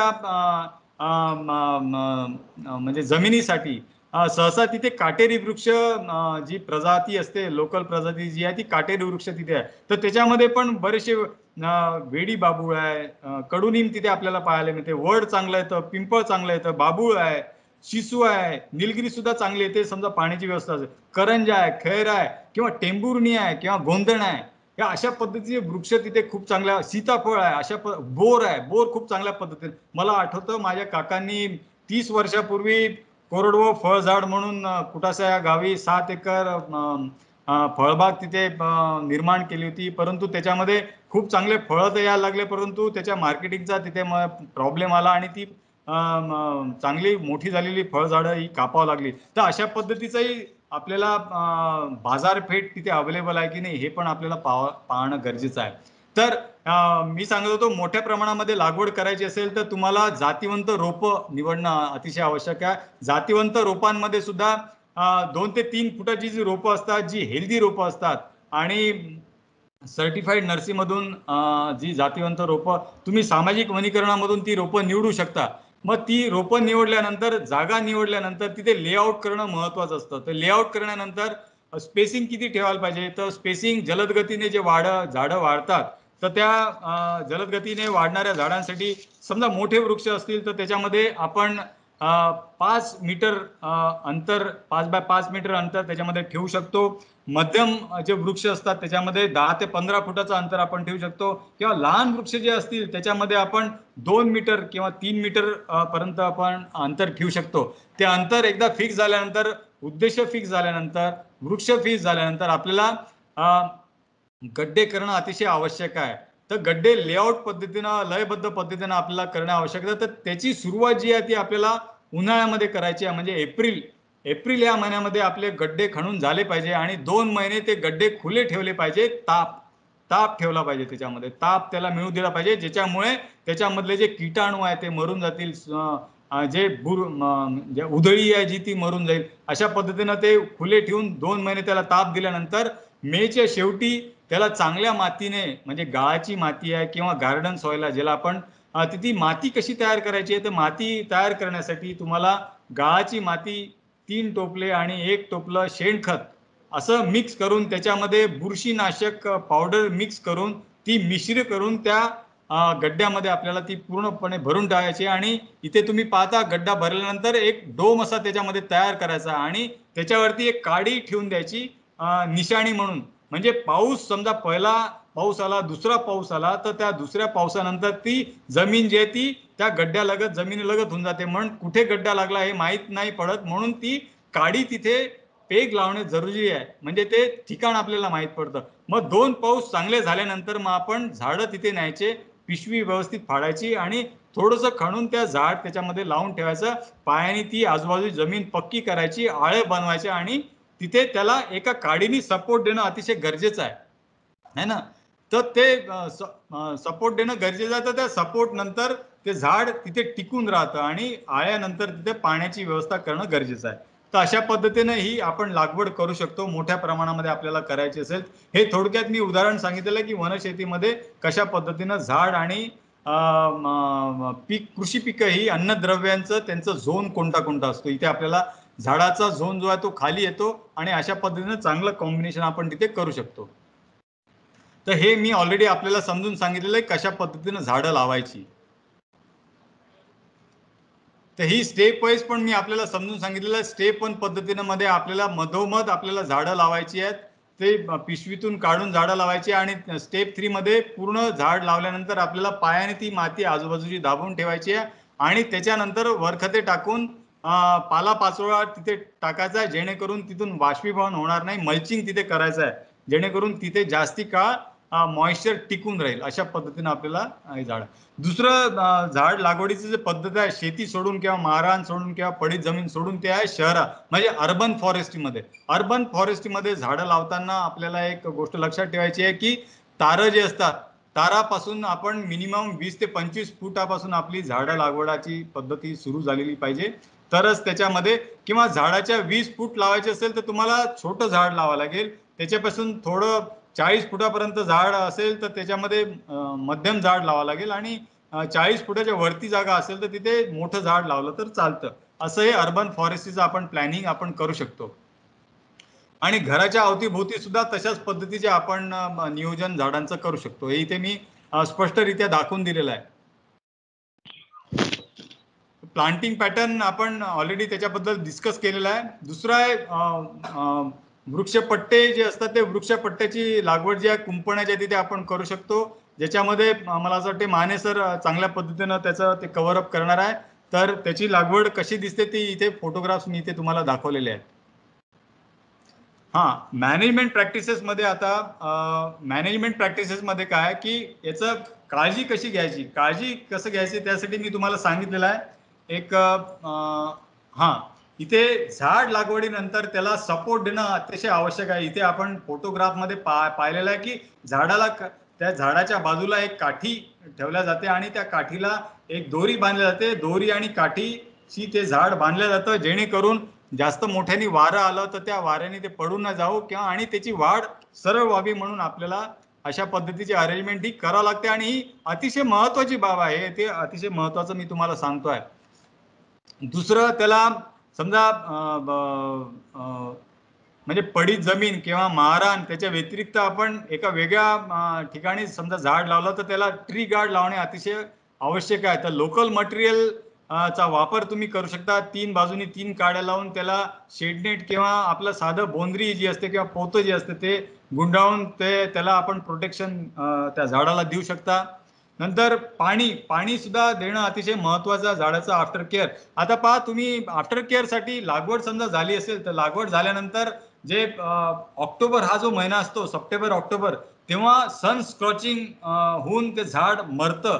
तर त्याच्यासाठी आपल्याला झाडाच्या वर शेड लावणं अतिशय महत्वाचं आहे. तर प्रत्येक झाडाच्या वरती जे बोंद्रीनी 3 काड्या लावून त्याला असं एक शेड करावं, जेणेकरून सावली झाडावरती पडत राहील आणि डायरेक्ट ऊन त्याच्यामध्ये लागणार नाही. तीच पद्धत आपण उन्हाळ्यात सुद्धा लागू करू शकतो, जेणेकरून सूर्यप्रकाशामुळे, तीव्र सूर्यप्रकाशामुळे ते झाड मरणार नाही. तिसरं गोष्ट असते, जे आळं जे आपण करतो त्या आळ्याचे तिथे मल्चिंग करून पाण्याची व्यवस्था करणे अतिशय महत्वाचं आहे. जसं ऑक्टोबर महिन्यापासून आपण 15 दिवसातून एकदा पाणी आपण देऊ शकतो गरजेनुसार. आणि अजून पाणी समजा वाचवायचं असेल तर मटका इरिगेशनची पद्धत आपल्याला माहिती आहे. एक मडकं जे आहे ते झाडाच्या तिथे आपण लावून त्याच्यामध्ये पाणी टाकून हप्ता किंवा 15 दिवसांनी एकदा त्याच्यामध्ये पाणी टाकलं तर ते झाडाला सतत मिळत राहील. तो पण एक इरिगेशनची पद्धत आपल्याला पाहू शकतो.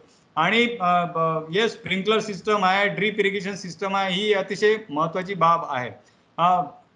आता आपल्याकडे फायर बेल्ट वगैरे आपण बनवत नाही, पण त्याचा पण आपण वापर करू शकतो. समजा फायर बेल्ट बनवायचा असेल, महाराणामध्ये समजा आग लागली असेल तर 5 मीटरचा जो पट्टा असतो तो पूर्ण आपण क्लिअर करून ती फायर बेल्ट आपण थांबून ती येणारी जी आग आहे ती तिथे थांबू शकतो. नंतर फोलियर स्प्रे पण आपण याच्यामध्ये झाडाच्या मोठमोठ्या झाडांना करू शकतो. युरियाचा किंवा वेगळ्या याचा टॉनिकचा फोलियर स्प्रे गरजेनुसार आपण झाडांना देऊ शकतो. आणि वरखते जी आहे ती आळे जी आहे ड्रेंचिंग पद्धतीनं आपण याच्यामध्ये वर्षाला 3 डोसेस आपण त्याच्यामध्ये देऊ शकतो. पहिला डोस जो आहे तो जेव्हा झाड आपण लावतो त्यावेळेस आपण पहिला डोस देतो. दुसरा डोस जो आहे तो ऑक्टोबर नोव्हेंबर महिन्यात देतो. आणि तिसरा डोस जो आहे तो पावसाळ्याच्या पहिले. अशा तीन वेगळ्या डोसेस आपल्याला देऊ शकतो. आणि ते जे आहे ते झाडानुसार, जेव्हा फळबाग समजा असेल आपल्याकडे तर त्याच्यामध्ये आपल्याला डोसेस जे आहे ते त्याचं प्रमाण आपण वाढवून त्याच्यामध्ये ते डोसेस शिफारशीनुसार आपण डोसेस देऊ शकतो. तर अशा पद्धतीनं आपण झाडांची चांगल्या पद्धतीनं देखरेख करून, वृक्ष लागवड करून आपण पर्यावरण पोषक बनवू शकतो. आणि संत तुकारामांनी सांगितलेला वृक्षवल्ली आम्हा सोयरी अशा पद्धतीनं निसर्गाशी आपलं नातं जोडत आपण सुजलाम सुफलाम बनू शकतो. तर याच्यामध्ये मॅडम मला अजून काही छाटणी कशा पद्धतीने करतात ते पण मला इथे दाखवायचं आहे. त्याचं मी स्वतः छाटणी जी केलेली आहे त्याचा एक व्हिडिओ आहे, तो पण मी इथे तुम्हाला दाखवून देतो. जसं साग जे झाड आहे ते मोठं झाल्यानंतर त्याच्या ज्या 15 ते 20 फुटापर्यंत सरळ वाढलं पाहिजे. याच्यासाठी त्याचे जे फांदे आहेत ते तुम्हाला त्याचा छाटणी त्याची करावी लागते. त्या अनुषंगाने जे कास्ट आहे टिंबर ह्या स्पेसिसला तुम्हाला ते करावं लागतं. तर त्याचा मी एक व्हिडिओ तुम्हाला इथे दाखवू इच्छितो. एक मिनिट लागेल फक्त त्यासाठी. जर काही कोणाला प्रश्न असतील तर ते विचारू शकतात. आणि आपला शेवटचा टप्पा येऊन पोहोचलेला आहे. असतील तर कृपया प्रशिक्षणार्थींपैकी कुणीतरी प्रोएक्टिव्हली सरांशी बोलावं. कदाचित प्रश्न तर असतीलच, कारण हा अत्यंत नवीन आणि अत्यंत महत्वाचा विषय आहे. आपल्या रुटीन प्रॅक्टिस मधला हा विषय नाही, त्यामुळे स्वतः प्रशिक्षणार्थींपैकी कुणीतरी बोलावं. अडचणी शंका असतील. बरं, मी अजून थोडं त्याच्यामध्ये हे करतो. व्यावसायिक दृष्टिकोन ठेवून समजा आपण लागवड करायची असेल, जसं निलगिरी आहे किंवा सुबाबूळ आहे. निलगिरी असेल तर 2 बाय 2 मीटरवरती आपण लागवड करू शकतो त्याची. किंवा सुबाबूळ आहे ती 2 बाय 2 मीटर, किंवा सरू आहे ते 3 बाय 2 मीटर. लगद्याचा कच्चा माल आपल्याला द्यायचा असेल त्यासाठी, तर त्याच्यासाठी आपल्याला एकरी जो लागवडीचा जो खर्च आहे तो 15 ते 20 हजार रुपये याच्यामध्ये येतो. आणि त्याच्यापासून जे उत्पन्न निर्माण होतं ते 3-4 वर्षापासून आपल्याला उत्पन्न ते देतं. आणि जवळपास 40 ते 45 हजार रुपये एकरी आपल्याला याच्यामधून उत्पन्न आपल्याला याच्यामधून मिळतं. हे इथे अतिशय महत्वाचं आहे. दुसरं पीक जे आहे ते बांबू लागवड. बांबू लागवडमध्ये पण आपण आपल्या गरजेनुसार चांगली निचरा होणारी जमीन आपण निवडून तिथे 5 बाय 5 मीटर अंतरावरती बांबू समजा लावले तर त्याचं 4थ्या वर्षीपासून आपल्याला बांबूचं उत्पन्न मिळायला सुरुवात होतं. आणि ते 4थ्या वर्षीपासून किंवा 5व्या वर्षीपासून आपल्याला 4 ते 5 बांबू एका बेटामध्ये आपल्याला मिळण्यास सुरुवात होतात. तर जसं आपले वय वाढत तसं ते 10 ते 12-15 बांबू पर्यंत आपल्याला ते बांबू च्या एका बेटापासून आपल्याला झाड ते त्या याच्यामध्ये इलुरकर सर आपल्याला माहिती देतीलच. तर 1 मिनिट मी तुम्हाला तो व्हिडिओ आपल्याला दाखवू इच्छितो.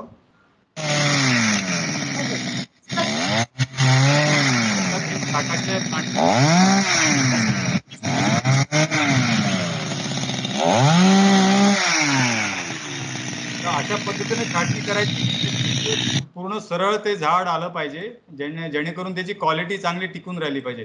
ठीक आहे, मी इथे थांबतो मॅडम, आणि कोणाचे प्रश्न नसतील तर आपण इथे थांबूया. हॅलो, हा बोला. विचारा. सर, मोहगनी वृक्ष लागवडीविषयी थोडी माहिती पाहिजे होती. जी जी. मोहगनी हा जो वृक्ष आहे तो तसा दक्षिण भारतामध्ये त्याची चांगल्या पद्धतीने लागवड होते, आणि काय आपल्या विदर्भामध्ये आता खूप खूप कंपन्या इथे येत आहेत. एक लक्षात ठेवा तुम्ही, म्हणजे शेतकऱ्यांसोबत काम करताय तर अतिशय चांगला तुम्ही प्रश्न विचारलेला आहे. तर त्याच्यामध्ये काय होतं की ज्या कंपन्या येऊन शेतकऱ्यांना सांगतात की तुम्ही ते लागवड करा आणि एक 8-10 वर्षानंतर तुम्हाला लाखो रुपये याच्यातून मिळतील, तर तसं एकदम तशावरती एक झाड जे आहे ते तुम्हाला 15 ते 20 हजार रुपये देऊन जाईल, तर तसं तो जो आहे तो एकदम अशा पद्धतीनं त्याची वाढ होत नसते. हे जे झाड आहे ते सध्या याचं मार्केट आपल्या याच्यामध्ये नाही आहे. हे झाड जे आहे ते डायरेक्टली टिंबर म्हणून जरी त्याचा वापरात नसं आलं, तर जसं नीम आहे किंवा आंब्याचं झाड आपण टिंबर म्हणून वापरतो, तर त्या दर्जाचं झाड म्हणून याला समजलं जातं, है ना.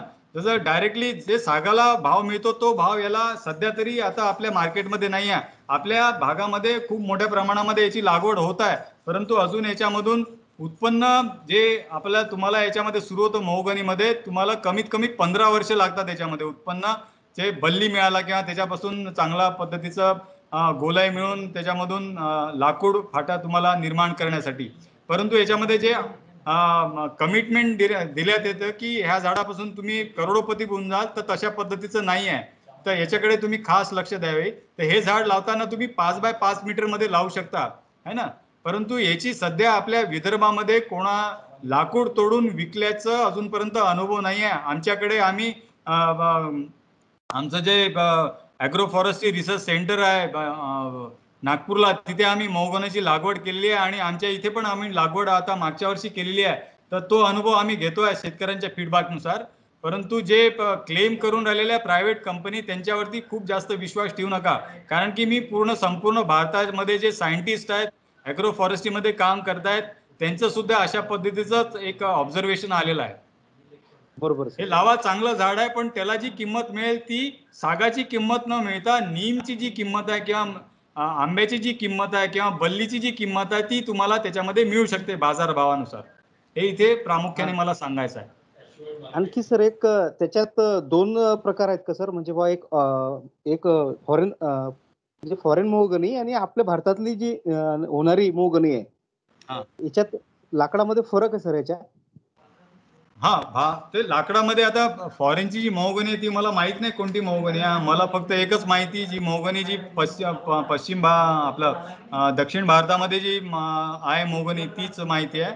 परंतु त्याचं तुम्हाला समजा त्याच्यामध्ये गव्हर्नमेंट रोपवाटिकेमध्ये कुठे तयार करता येते, तर ती तयार करण्यासाठी मी तुम्हाला त्याचा नंबर तुम्हाला देईल, तुम्ही त्यांच्याशी संपर्क साधून तिथून झाडं बोलू शकता.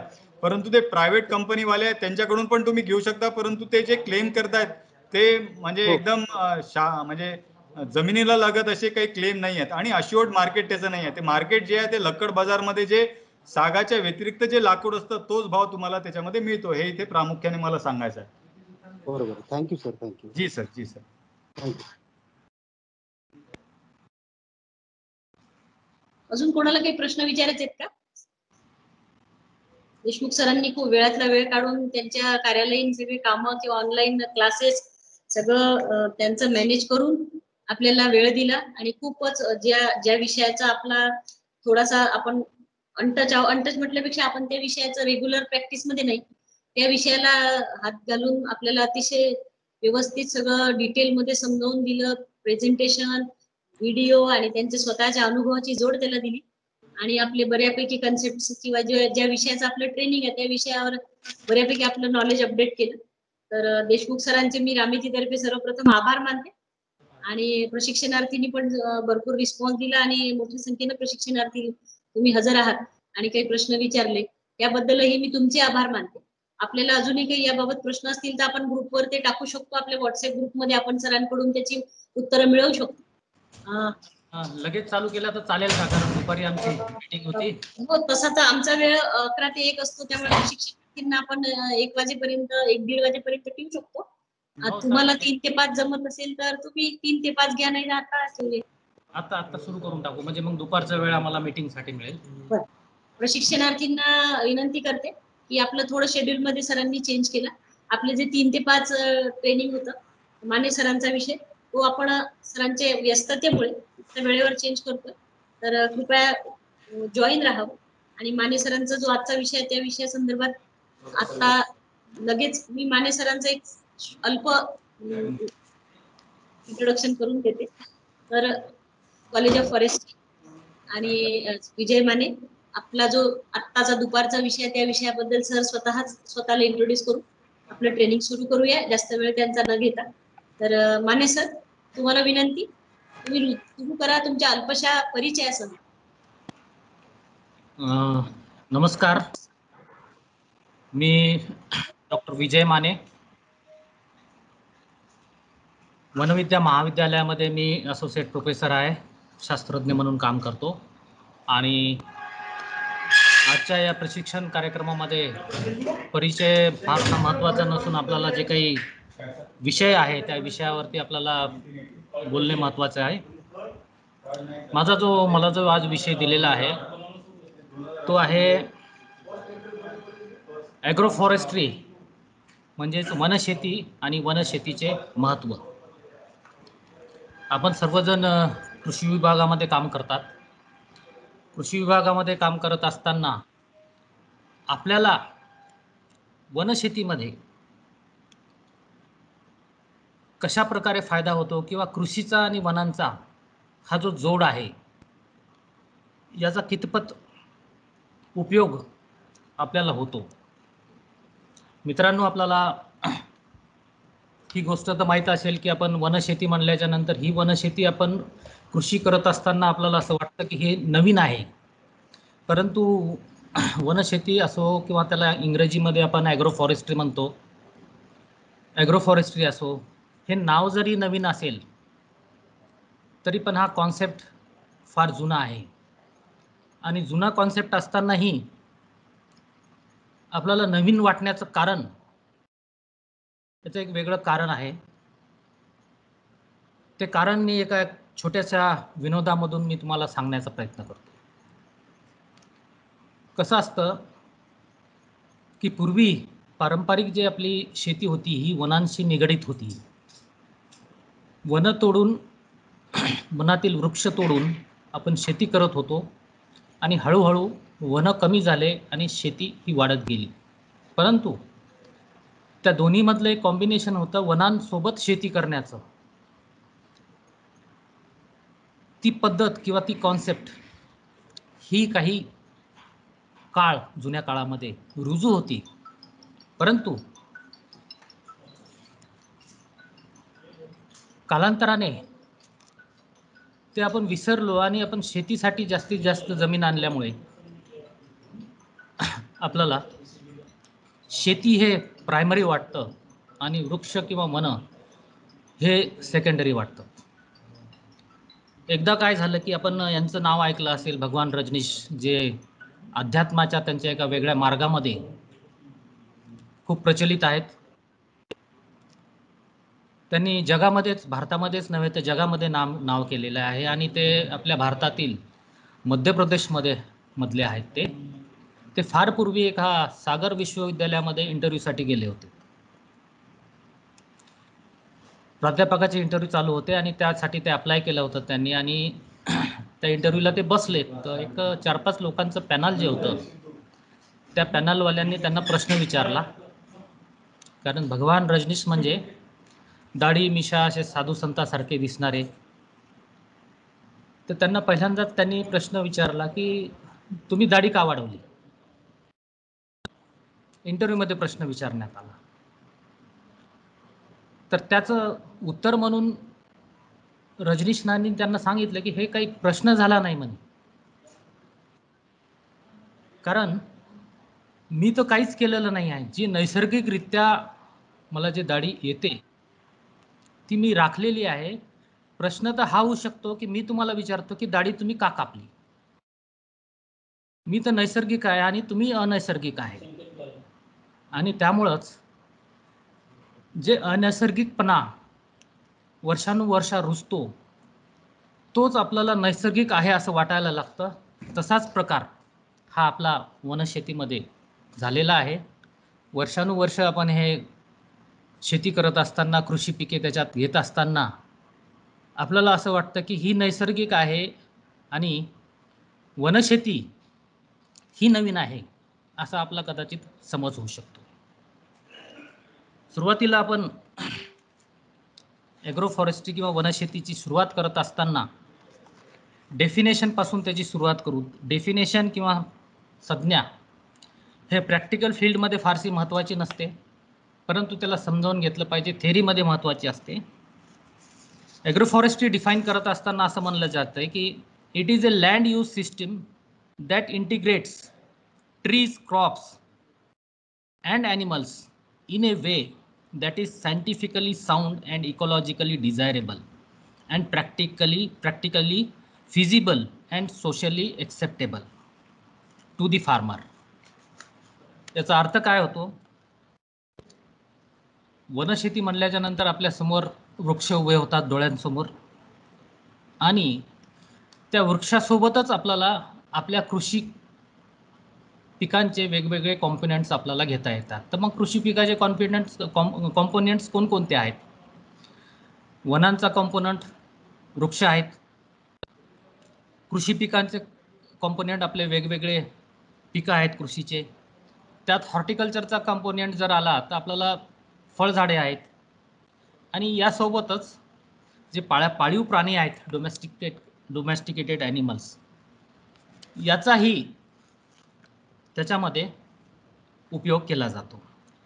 या सर्वांना एकाच ठिकाणी एकाच वेळेस एकाच सोबत दुसऱ्यांना वेगवेगळ्या पद्धतीने त्यांची अरेंजमेंट करून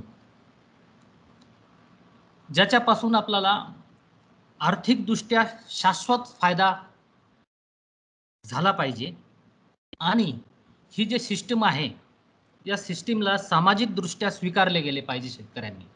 शेतकऱ्यांनी या सिस्टीमला सामाजिक दृष्टिकोनातून स्वीकारले गेले पाहिजे. मग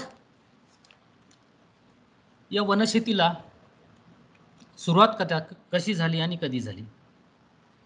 वनशेती हा जो नाव आहे, कॉन्सेप्ट जुना आहे. मी आपल्याला या अगोदर बोललोय की वनशेती या नावाने, ॲग्रो फॉरेस्ट्री या नावाने 1980च्या दशकामध्ये जी फॉरेस्ट पॉलिसी 1988ला आलेली आहे त्या फॉरेस्ट पॉलिसीमध्ये प्रथमच ॲग्रो फॉरेस्ट्री ही इंट्रोड्यूस करण्यात आली, म्हणजे त्यामध्ये त्याचा समाविष्ट करण्यात आली.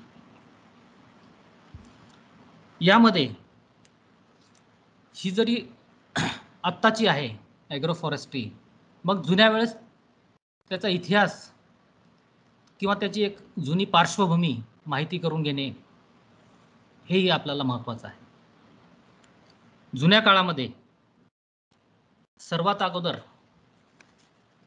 ज्या भटक्या जमाती असत आणि भटक्या जमातीचा प्रकार हे जास्त प्रमाणात होता. त्यावेळेस काय होतं, त्याला शिफ्टिंग कल्टिवेशन म्हणत होते.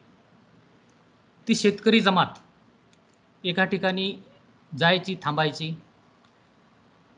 जिथं त्यांना चांगली जमीन दिसली तिथले वृक्ष सगळे तोडून टाकत होते. त्यावेळेस काही फार जुन्या काळामध्ये नियम नव्हते, प्रोटेक्शन नव्हतं, तर त्यामुळं ती वृक्ष तिथून ते तोडून टाकत होते आणि त्या ठिकाणी 1 किंवा 2 वर्ष शेती करत होते. आणि त्यावेळेस शेती ही निव्वळ निसर्गावर अवलंबून होती. त्याला रासायनिक खतं तर नव्हतेच, परंतु जे सेंद्रिय खतं होते ते सुद्धा टाकल्या जात नव्हते. म्हणजे त्या मातीमध्ये जितकी सुपीकता आहे त्या सुपीकतेवरच पिकं घेतली जात होती. त्या सुपीकतेवर पिकं घेत असताना 1 आणि 2 वर्ष त्याच्यात पिकं आले की नंतर त्यामध्ये जे अन्न घटक आहे त्याची कमतरता भासत होती, कारण ॲडिशनली आपण वरून काही टाकत नव्हतो. मग अशा वेळेस दुसऱ्या वर्षानंतर तिथं चांगलं पीक येत नाही, उत्पादन येत नाही, म्हणून ती शेती करणारी भटकी जमात ती पुन्हा तिथून दुसरीकडे शिफ्ट व्हायची आणि त्या ठिकाणी तसाच प्रकार चालायचा. तिथले झाडं वृक्ष जे काही त्यांना पसंत पडलेली जमीन आहे ते वृक्ष झुडपं झाडं तोडणे आणि पुन्हा तिथं शेती करणं. मग हे असा भटकण्याचा जो प्रकार असायचा यांचा, तर सर्वप्रथम ज्या ठिकाणी यांनी झाडं तोडले होते त्या ठिकाणी रोटेशननेही किती वर्षाला परत येत होते, किंवा पहिल्यांदा यांनी जिथे शेती वृक्ष तोडून शेती केलीत आणि तिथून ते भटकत गेल्याच्या नंतर जे पहिल्या वेळेस त्यांनी जिथं शेती केली होती ती जमीन परत सुपीक होण्यासाठी किती कालावधी लागत असावा. तर याचं जेव्हा अभ्यास केला तर त्याच्यामध्ये असं जाणवलं, आयडेंटिफाय झालं की जवळजवळ 20 वर्षाचं रोटेशन केल्याच्या नंतर ती जी जमीन त्यांनी प्रथमतः वापरली होती त्यामध्ये परत झाडं झुडपं येणार, त्या झाडांचा पाला पडणार, त्या झाडांचा पाला पडल्याच्या नंतर त्याच्यात एक मायक्रो क्लायमेट तयार होणार, मायक्रो क्लायमेट तयार होऊन तिथं आच्छादन होणार चांगलं पालापाचोळ्याचं, आणि पुन्हा त्याच्यामध्ये ते न्यूट्रंट्स ॲड झाल्याच्या नंतर पुन्हा 20 वर्षांनी ते पुन्हा तिथले झाडं तोडत होते, पुन्हा तिथं शेती करत होते. अशा प्रकारचं एक शिफ्टिंग कल्टिवेशन म्हणून शेतकऱ्यांची असलेली भटकी जमात ही फार पूर्वी कार्य करत होती. आणि अशा प्रकारे हे शेती करणाऱ्यांची संख्या किंवा ग्रुप्स हे जास्त प्रमाणात वाढल्याच्या नंतर जंगलतोड फार मोठ्या प्रमाणात होऊ लागली. आणि अशा पद्धतीने आपल्या भारताच्या जवळ बर्मामध्ये एक फार मोठे शास्त्रज्ञ होते डॉक्टर ब्रँडिस म्हणून. त्यांनी बर्मामध्ये एक वेगळा प्रकार केला. त्यांना असं वाटलं की हे शिफ्ट करत जाणारे भटकत जाणारे लोक जर सतत झाडं तोडले तर जंगलाचा खूप मोठं नुकसान होईल. आणि त्यांनी एक कल्पना काढली, तिथं नवीन कॉन्सेप्ट तयार केला, एक सँडविच तयार केलं, न भटकताच एका ठिकाणी शेती करणे. तर त्यांनी जंगलाचा जो भाग आहे, जंगलाची जी चांगली जमीन आहे तिथं झाडं आहे, वृक्ष आहे, त्या वृक्षांच्या आतमधली जागा जिथं जिथं गॅप्स असतात, तर अशा ठिकाणी ज्या ठिकाणी जंगल विभागाने नवीन रिजनरेशन किंवा नवीन प्लांटेशन केलेलं आहे तर त्या प्लांटेशनचं त्यांना संरक्षण होणं महत्त्वाचं होतं. अशा ठिकाणी फॉरेस्ट विभागाकडे फारसं मनुष्यबळ नव्हतं. मग त्यांनी ही शेती जर त्या शेतकऱ्यांना लीजवरती किंवा भाडेतत्वावर दिली तर त्याच्यामध्ये त्यांनी त्यांचे कृषीचे पिकं जे आहे त्यांना फायदेशीर ठरणारे ती पिकं लावेत. त्याच्या बदल्यामध्ये हे जे जंगलात लावलेली वन विभागाने लावलेली झाडं जी आहेत ती जगवावी. अशा प्रकारे हा कॉन्सेप्ट तिथून सुरू झाला आणि त्याची सुरुवात बर्मामधून झाली. आणि याचे पुरस्कर्ते जे आहेत डॉक्टर ब्रँडिस आहेत. आणि या सिस्टीमला टोंगिया सिस्टम असं म्हणतात, टोंगिया पद्धती म्हणतात. हा टोंगिया शब्द हा बर्मिश असला पाहिजे म्हणून आपल्याला प्रचलित वाटत नाही. अशा प्रकारे ती टोंगिया सिस्टम चालू झाल्यामुळं ह्या भटकणाऱ्या बऱ्याचशा शेतकऱ्याच्या जमाती ह्या स्थिर व्हायला लागल्या आणि एकाच ठिकाणी राहून शेती करू लागले. त्यानंतर स्वातंत्र्यानंतर आपल्या इथे भारतामध्ये सर्वात मोठा जो प्रश्न होता तो अन्नधान्यांचा तुटवडा होता. आपल्याला हे माहीतच असेल की ते लाल गहू अमेरिकेतून डुकराला चारणारे गहू आपल्याला पुरवल्या जात होते आणि ते गहू भारतामध्ये त्याचा उपयोग खाण्यासाठी, लोकांना खाण्यासाठी उपयोग केला जात होता. तर याचा अर्थच की अन्नधान्यांमध्ये आपण पूर्णतः सक्षम नव्हतो. आपल्याला जेवढं अन्नधान्य लागतं आणि त्यामध्ये तेव्हापासून आपण अन्नधान्यामध्ये स्वयंपूर्ण झालो पाहिजेत या उद्देशाने 1960च्या दरम्यान भारतामधून पुसा नावाची जे कृषीचं संशोधन करणारी संस्था आहे दिल्लीला, तिथे हायब्रिड गहू अमेरिकेतून पहिले आयात करण्यात आले बियाणं. आणि त्याचं उत्पादन घेतल्याच्या नंतर हायब्रिड गहू पेरल्याच्या नंतर तिथं फारसं उत्पादन आलं नाही त्यांचं, जितकं अपेक्षित होतं. अमेरिकेने ज्यांनी जे बियाणं दिलं, जेवढं सांगितलं तेवढं ते उत्पादन आलं नाही. मग त्याच्यात पुन्हा चर्चा केली की हे का असं झालं असेल. तर त्यामध्ये ही बाब समजली की जिथं हायब्रिड वाण असतं कोणतंही, संकरित केल्याच्या नंतर, वाण संकरित झाल्याच्या नंतर त्याची उत्पादक क्षमता जास्त असते, म्हणूनच आपण त्याचा स्वीकार करतो. आणि ज्याची उत्पादक क्षमता जास्त असते त्याची भूकही जास्त असते. आणि त्याला जास्त भूक असल्याच्या नंतर निसर्गाने जे मातीमध्ये अन्नधान्य ठेवलेले आहे नैसर्गिकदृष्ट्या, ते त्याला कमी पडतात. कारण संकर जे आहे, संकरित वाण जे आहे, हे मुळातच कृत्रिम आहे. निसर्गाने केलेला संकर नाही आहे, हा माणसाने केलेला कृत्रिम संकर असल्यामुळं त्या संकरित वाणाची भूक ही जास्त असते. आणि जी भूक नैसर्गिकदृष्ट्या जमिनीमध्ये असलेले अन्न घटक हे पुरवू शकत नाही, जितके अन्न घटक जमिनीत असतात त्यापेक्षा त्याला थोडंसं जास्त लागतं. आणि त्यासाठी मग दुसऱ्या वर्षी पुन्हा गहू लावण्यात आले, संकरित गहू, आणि त्याच्यासोबत रासायनिक खतं त्याला देण्यात आले. आणि रासायनिक खतं दिल्याच्या नंतर त्यांना रिस्पॉन्स त्या हायब्रिड वाणाने, त्या संकरित वाणाने इतका जास्त दिला, 1 नाही 2 नाही 3-4 पटीने आपले उत्पादन वाढले. आणि किती पटीने कोणत्या पिकाचे उत्पादन वाढलेत हे आपल्याला स्वतःलाही मागचा इतिहास हरित क्रांतीचा पाहिला तर आपल्याला लक्षात येईल. आणि शास्त्रज्ञाच्या शेतावरती जरी हा प्रयोग 1960 ते 70 मध्ये झाला असेल, तर हरित क्रांतीची सुरुवात शेतकऱ्यांना ते बियाणं घेणं, कपाशी असो, ज्वारी असो, गहू असो, हे जे हायब्रिड बियाणं पुरवण्यात आलं आणि त्याच्यानंतर जी हरित क्रांती आली ही साधारणतः 1970 ते 1972 मध्ये आपल्याला जाणवली.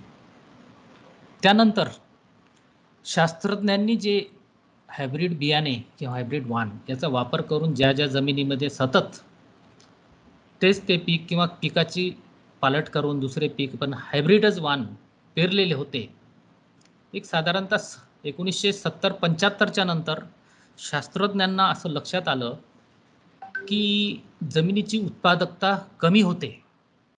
आणि जमिनीची उत्पादकता कमी होण्यासाठी याचं मूळ कारण आहे की जमिनीमध्ये नैसर्गिकदृष्ट्या जितकं काही अन्न घटक आणि जे काही इतर बाबी असतात ज्या उत्पादकतेला आवश्यक असतात, अशा ह्या एकाच वर्षी किंवा 2 वर्षी आपण जास्त प्रमाणात हायब्रिड वाणांनी काढून घेतल्यामुळे त्याच्यात एक डिफिशियन्सी दिसून येऊ लागली.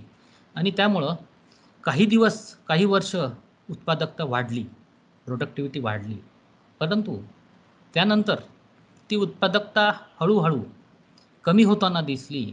आणि मग त्यामुळं शास्त्रज्ञांना थोडीशी काळजी वाटायला लागली की पुढं कसं व्हावं.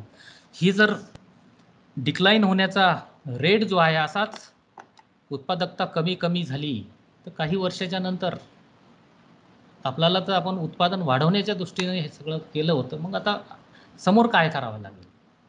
तर तेव्हा याच्यावर मात करण्यासाठी म्हणून ॲग्रोफॉरेस्ट्री हा एक कॉन्सेप्ट डेव्हलप झाला. आपल्याला माहीत असेल की आपण नांगरटी करतो शेतीमध्ये. नांगरटी कशासाठी करतो आपण, की जी वरची वापरलेली माती आहे त्याच्यामधून अन्न घटक जे काही पिकाला लागतं ते त्यांनी वापरल्याच्या नंतर पुन्हा दुसऱ्या पिकाला तीच माती वापरता देणं, तर त्याच्यामध्ये न्यूट्रिएंट डिफिशियन्सी राहते. त्याच्यात जे अन्न घटक असतात ते त्या पिकांनी पहिल्या वर्षी घेतलेले असतात, दुसऱ्या वर्षी घेतलेले असतात, मग ती माती थोडीशी डिफिसिट होते. त्याच्या खालची माती जी असते त्याला रेस्ट मिळालेला असतो 2-3 वर्ष, तर ती माती आपल्याला वर आणायची असते. आणि ती माती वर आणली म्हणजे ती वरची माती खाली जाते. हा आपल्या नांगरटीचा प्रकार आहे, कॉन्सेप्ट आहे. आणि अशा पद्धतीने आपण नांगरटी केल्याच्या नंतर खालचा थर वर येतो, त्याला काही होत 1-2 वर्ष वापरतो, 2-3 वर्ष वापरतो आपल्या जमिनीच्या पोताप्रमाणे. त्यानंतर वरची माती खाली टाकतो, पुन्हा खालची वर घेतो. हा आलटपालट आपला चालू असतो, हा आपल्या पिकाची उत्पादकता वाढवण्याच्या हिशोबाने. परंतु हे झालं 1 ना 1.5-2 फुटापर्यंत. परंतु हे जे आपण वर्षानुवर्ष झाडांना अन्न घटक, रासायनिक खतं असो की सेंद्रिय खतं असो, हे टाकल्याच्या नंतर ही सगळी अन्न घटकं टाकल्याच्या नंतर काही रासायनिक असो की काही नैसर्गिक असो, पावसासोबत ही सगळी अन्न घटक जमिनीमध्ये खोल, जिथे एक हार्ड पॅरेंट रॉक असतो, त्या हार्ड पॅरेंट रॉकमध्ये जाऊन तिथे एक हा साठा तयार होतो न्यूट्रिएंटचा, रासायनिक खतामधून निघालेला असोत की नैसर्गिकदृष्ट्या किंवा मिनरल पॅरेंट रॉकपासून जे मिनरल असतात वर असलेले, ते सगळ्यांचा साठा लीच होऊन ते खाली एक साठा तयार होतो, एक टाकं तयार होतं, त्याच्यामध्ये सगळं जाऊन वर्षानुवर्ष साठल्या जातं. मग जसं आपण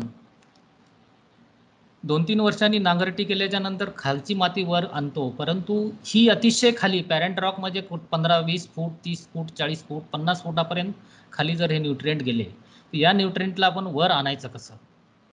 इतका मोठी नांगरटी आणि इतका मोठा तर ट्रॅक्टर नसते की आपण 15 फुटाची खालची माती आपण वर आणणार आणि वरची माती खाली देणार, म्हणजे त्या खालच्या सुपीक मातीचा आपल्याला उपयोग होऊ शकेल, न्यूट्रिएंट्सचा त्या उपयोग होऊ शकेल, असं तर होऊ शकत नव्हतं.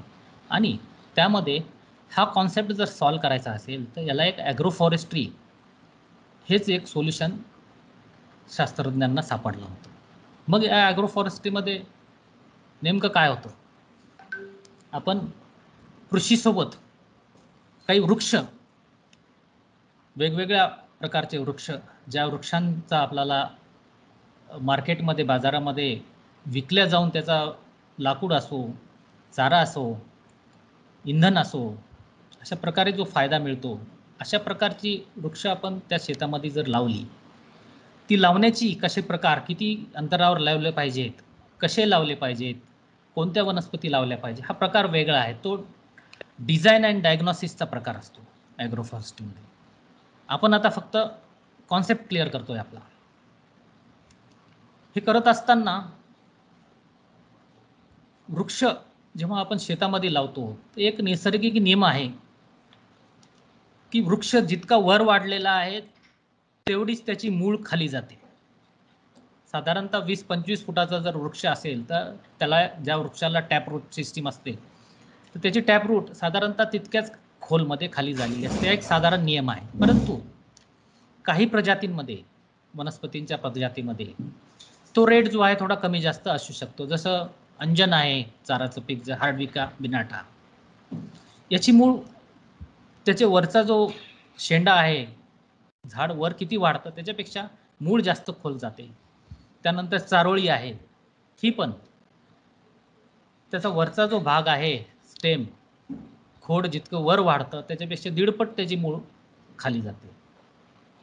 हा नैसर्गिक नियम असल्यामुळे आपण या वृक्षांची लागवड आपल्या शेतीमध्ये करतो आणि त्याच्यानंतर त्याची वेगवेगळी डिझाईन करतो की कशा लाईनमध्ये, लाईन टू लाईन अंतर किती असावं आणि झाड टू झाड किती अंतर असावं, हा डिझाईनचा पार्ट आहे. परंतु हे वृक्ष जेव्हा आपण लावल्याच्या नंतर ही वृक्ष खाली जातात, त्याच्या मुळा खाली जातात, जिथपर्यंत त्यांना जो हार्ड रॉक लागत नाही तिथपर्यंत पाण्याच्या शोधात आणि अन्न घटकांच्या शोधात हे मुळं खालपर्यंत पसरल्या जातात. आणि नुसतंच खाली पसरत नाहीत तर आजूबाजूलाही त्यांच्या मुळाचं एक वेगळं जाळं निर्माण होते आणि ह्या जमिनीमध्ये खोलवर असलेले अन्न घटक हे घेतात आणि हे घेतल्याच्या नंतर हे अन्न घटक झाडांमध्ये साठल्या जातात. मग झाडांमध्ये साठल्याच्या नंतर कशात किती काय साठल्या जातं, साधारणतः एक ढोबळ मनाने आपण विचार केला तर झाडांचं जे लाकूड आहे, खोड आहे, या खोडामध्ये 75% कर्ब आणि 25% इतर अन्न घटक, नत्र असो, स्फुरद असो, पालास असो, कोबाल्ट असो, कॅल्शियम असो, सल्फर असो, झिंक असो, हे जे काही इतर आहेत, हे 25% आणि 75% कार्बन हे खोडामध्ये साठवला जातो झाडाचा. कार्बन क्रेडिट हा आपण शेवटी पाहूया, झाडांमध्ये कार्बन साठवल्याने फायदे काय होतात ते. परंतु खोडामध्ये 75% जेव्हा कार्बन साठवलं जातं आणि 25% हे अन्न घटक साठवले जाते, तशाच प्रमाणे झाडांचे पानं जे आहेत, झाडांच्या पानामध्ये 75% हे अन्न घटक साचवले जातात आणि 25%च फक्त कर्ब साठवलं जातं. जेव्हा झाडं हे जमिनीतून खोलवरून जिथं एक सिंक असतं, एक टँक असतो, जिथं साठा झालेला असतो अन्न घटकांचा, आणि तिथून घेतं आणि आपल्या खोडामध्ये आणि आपल्या पानांमध्ये याला स्थिर करतं. आणि काही दरवर्षामध्येच आपल्याला माहीत आहे की झाडांची पानगळ होते, आणि ही पानगळ झाल्याच्या नंतर ही पानं जमिनीच्या वरच्या थराला साठवून साठवून एक असा एक थर तयार होतो. तो थर कशा पद्धतीने तयार होतो हे आपल्याला पाहायचं असेल, किंवा आपण पाहिलंही असेल, आपण जंगलामध्ये जेव्हा जातो तर तेव्हा आपल्याला एक स्पंज सारखं जमीन लागते. तर ते स्पंज सारखी जमीन जी असते आपण चालत असताना, तो फक्त त्या पालापाचोळा जो असतो याचा साठलेला थर असतो तो, आणि त्यामधून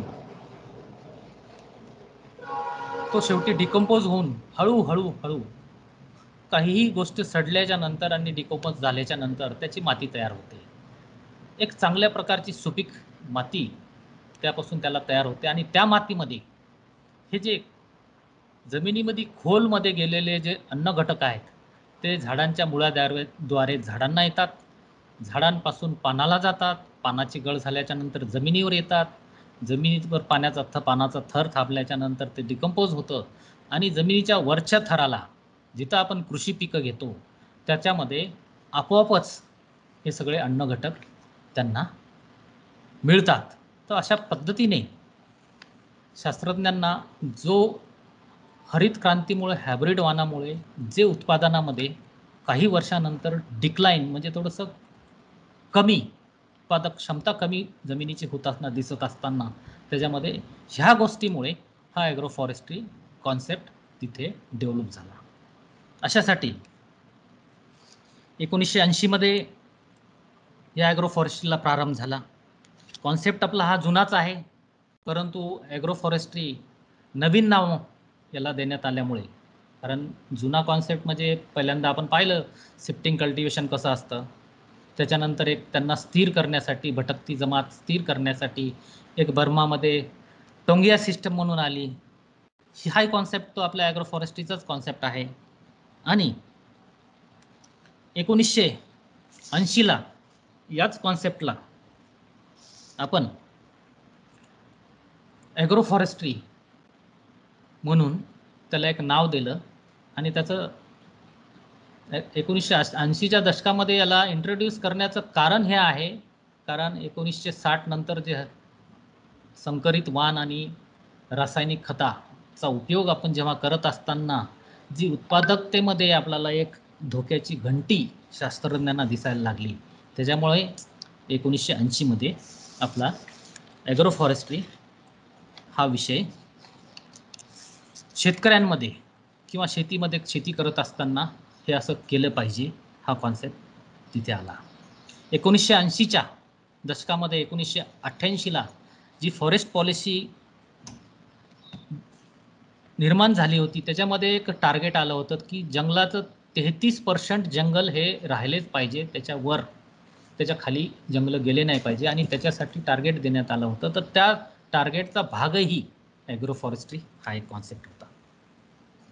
मग ॲग्रोफॉरेस्ट्री हे करत असताना याच्यामध्ये ॲग्रोफॉरेस्ट्रीमध्ये किती प्रकार येतात? ॲग्रोफॉरेस्ट्री सिस्टीम्स आहेत त्याच्यामध्ये वेगवेगळ्या. पहिली सिस्टीम आहे ॲग्रोसेल्व्हिकल्चर.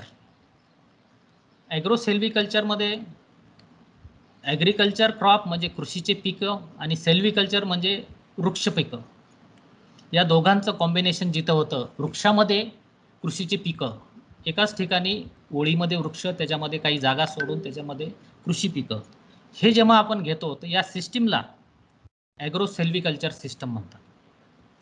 दुसरा प्रकार आहे सेल्व्हिपाश्चरल सिस्टम. यामध्ये चाऱ्याच्या उपयोगी येणारे वृक्ष ही लावली जातात, त्यासोबतच खाली जी जमीन आपली रिकामी असते त्याच्यामध्ये गवतवर्गीय चारा पिके त्याच्यामध्ये लावली जातात. पाळीव जनावरांना जे गवत लागतं, चारा लागतो, त्यासाठी ते गवतवर्गीय चारा पिके त्या खाली लावली जातात. आणि हा वृक्ष पिकं किंवा चारा ज्यांच्या पाल्यापासून, वृक्षांच्या पाल्यापासून चारा होऊ शकतो अशी वृक्ष पिकं आणि गवतवर्गीय चारा या दोघांचं कॉम्बिनेशन एका जमिनीमध्ये जर केलं तर या सिस्टीमला आपण सेल्वी पॉश्चरल सिस्टीम म्हणतो. त्याच्यानंतर तिसरी म्हणजे ॲग्री सेल्वी पॉश्चरल सिस्टम. यामध्ये गवतवर्गीय पिकंही, चारा देणारे गवत किंवा वृक्ष, त्यासोबत कृषीचे काही पिके आणि जंगलातील वृक्ष, जंगली वृक्ष ह्याचा तिघांचाही समावेश एकत्र केला जातो. म्हणूनच या सिस्टमला आपल्याला ॲग्री सेल्वी पॉश्चरल सिस्टम असं म्हणतो. चौथ्या सिस्टममध्ये जी फळझाडं आहेत त्या फळझाडाचाही उपयोग आपल्याला याच्यामध्ये करता येऊ शकतो. Agri horti silviculture system म्हणजे कृषी पिके, फळझाडांचा उपयोग आणि वृक्षांचा उपयोग एकाच ठिकाणी एकाच जमिनीमध्ये एकाच वेळेस करून जी शाश्वत पद्धती, एक शाश्वत सिस्टम तयार होते त्याला आपण agri horti silviculture system असं म्हणतो. आणि यानंतर शेवटची सिस्टम जी आहे ती ऑदर सिस्टम. या ऑदर सिस्टममध्ये वेगवेगळ्या प्रकारे ज्या ज्या ठिकाणी जसा जसा स्कोप असतो, जशा पद्धतीने आपल्याला वाटतं की एक वेगळ्या पद्धतीने आपल्याला इथे सगळ्यांचं कॉम्बिनेशन करता येऊ शकतं, अशा पद्धतीला आपण ऑदर सिस्टम म्हणजे वेगळी पद्धत आपल्या आपल्या परिस्थितीप्रमाणे, आपापल्या रिसोर्सेसप्रमाणे. ते या वेगळ्या सिस्टीममध्ये, ऑदर सिस्टीममध्ये आपण ॲपिकल्चर म्हणजे मधुमक्खी पालन हे सुद्धा घेऊ शकतो. त्यानंतर मच्छीचा तलाव जो असतो, जे शेततळे आहे किंवा एखादा आपल्या शेतामध्ये तलाव आहे त्याच्यामध्ये मच्छी घेणे, आजूबाजूला झाडं लावणे, वृक्ष लावणे, या सगळ्याच प्रकारचा एक कंबाईन इफेक्ट आपल्या शेतीला एक इकोसिस्टम तयार करण्यामध्ये, परिसंस्था निर्माण होण्यामध्ये त्याचा एक परिणाम होतो. ॲग्रोफॉरेस्ट्रीचे आपले उद्देश, ऑब्जेक्टिव्ह काय असतं? पहिला उद्देश आणि ऑब्जेक्टिव्ह हा आहे की आपली प्रोडक्टिव्हिटी वाढली पाहिजे. मग प्रोडक्टिव्हिटी कशी वाढेल? प्रोडक्टिव्हिटी कशी वाढेल तर त्यामध्ये वृक्षांचा समावेश केल्याच्या नंतर जे कृषी पिकं आपण त्याच्यामध्ये पेरतो त्याची संख्या, सीड रेट, पेरणी करताना आपल्याला सीड रेट कमी मिळतो कारण त्याला जमीन कमी मिळतं, कारण त्याच्यामध्ये वृक्ष ऑलरेडी आलेले असतात. वृक्षाच्या आजूबाजूनी थोडी जागाही सोडावं लागतं. मग हा सीड रेट कमी होतो, प्लांट पॉप्युलेशन कृषी पिकांचं कमी होतं. जरीही कृषी पिकाचं प्लांट पॉप्युलेशन कमी झालेलं असेल परंतु त्यांना न्यूट्रिएंट सायकलिंगनी त्यांची उत्पादक क्षमता जर वाढली आणि आपण जर कंपेअर केलं त्या फील्डला की निव्वळ एखाद्या 1 एकरमध्ये आपण सोयाबीन घेत असेल किंवा कपासी घेत असेल, परंतु अशा सिस्टीममध्ये आपण झाडं आणि वृक्ष आणि ही पिकं सोयाबीन किंवा कपाशी असं घेऊन याची ओव्हरऑल प्रोडक्टिव्हिटी जर वाढलेली असेल, निव्वळच ते एक पीक घेताना जितकं मिळतं त्याच्यापेक्षा आपल्याला जास्त जर याच्यात मिळालेलं असेल आणि त्यासोबतच या सिस्टीममध्ये ज्या वृक्षांपासून आपल्याला जे लाकूड मिळणार आहे त्याचंही त्याच्यात कॅल्क्युलेशन केलं जातं, त्याच्यामध्ये त्याच्यात इंधन मिळतं त्याचंही त्याच्यात कॅल्क्युलेशन केलं जातं. हे सगळं कॅल्क्युलेशन करून त्या सिस्टीमपेक्षा जर हे आपल्याला उत्पादन जास्त मिळू शकलं तर त्याला एक फिजिबल सिस्टीम म्हणू शकतो. आणि तशा प्रकारचं उत्पादन जर मिळत नसेल तर ती फिजिबल सिस्टीम होऊ शकत नाही. आणि याच्यापासूनच ते शाश्वत शेती जे म्हणतो आपण की एकमेकांवर अवलंबून राहून त्यांचा सगळ्यांचा फायदा होतो. आणि अशा पद्धतीमध्ये एक ॲग्रोफॉरेस्ट्री करत असताना एक फार महत्त्वाची बाब आहे ज्याला ॲलोपॅथिक इफेक्ट म्हणतो. ॲलोपॅथिक इफेक्ट हा असतो की प्रत्येक वृक्ष जमिनीमध्ये आपल्या मुळांद्वारे काही केमिकल सोडतात.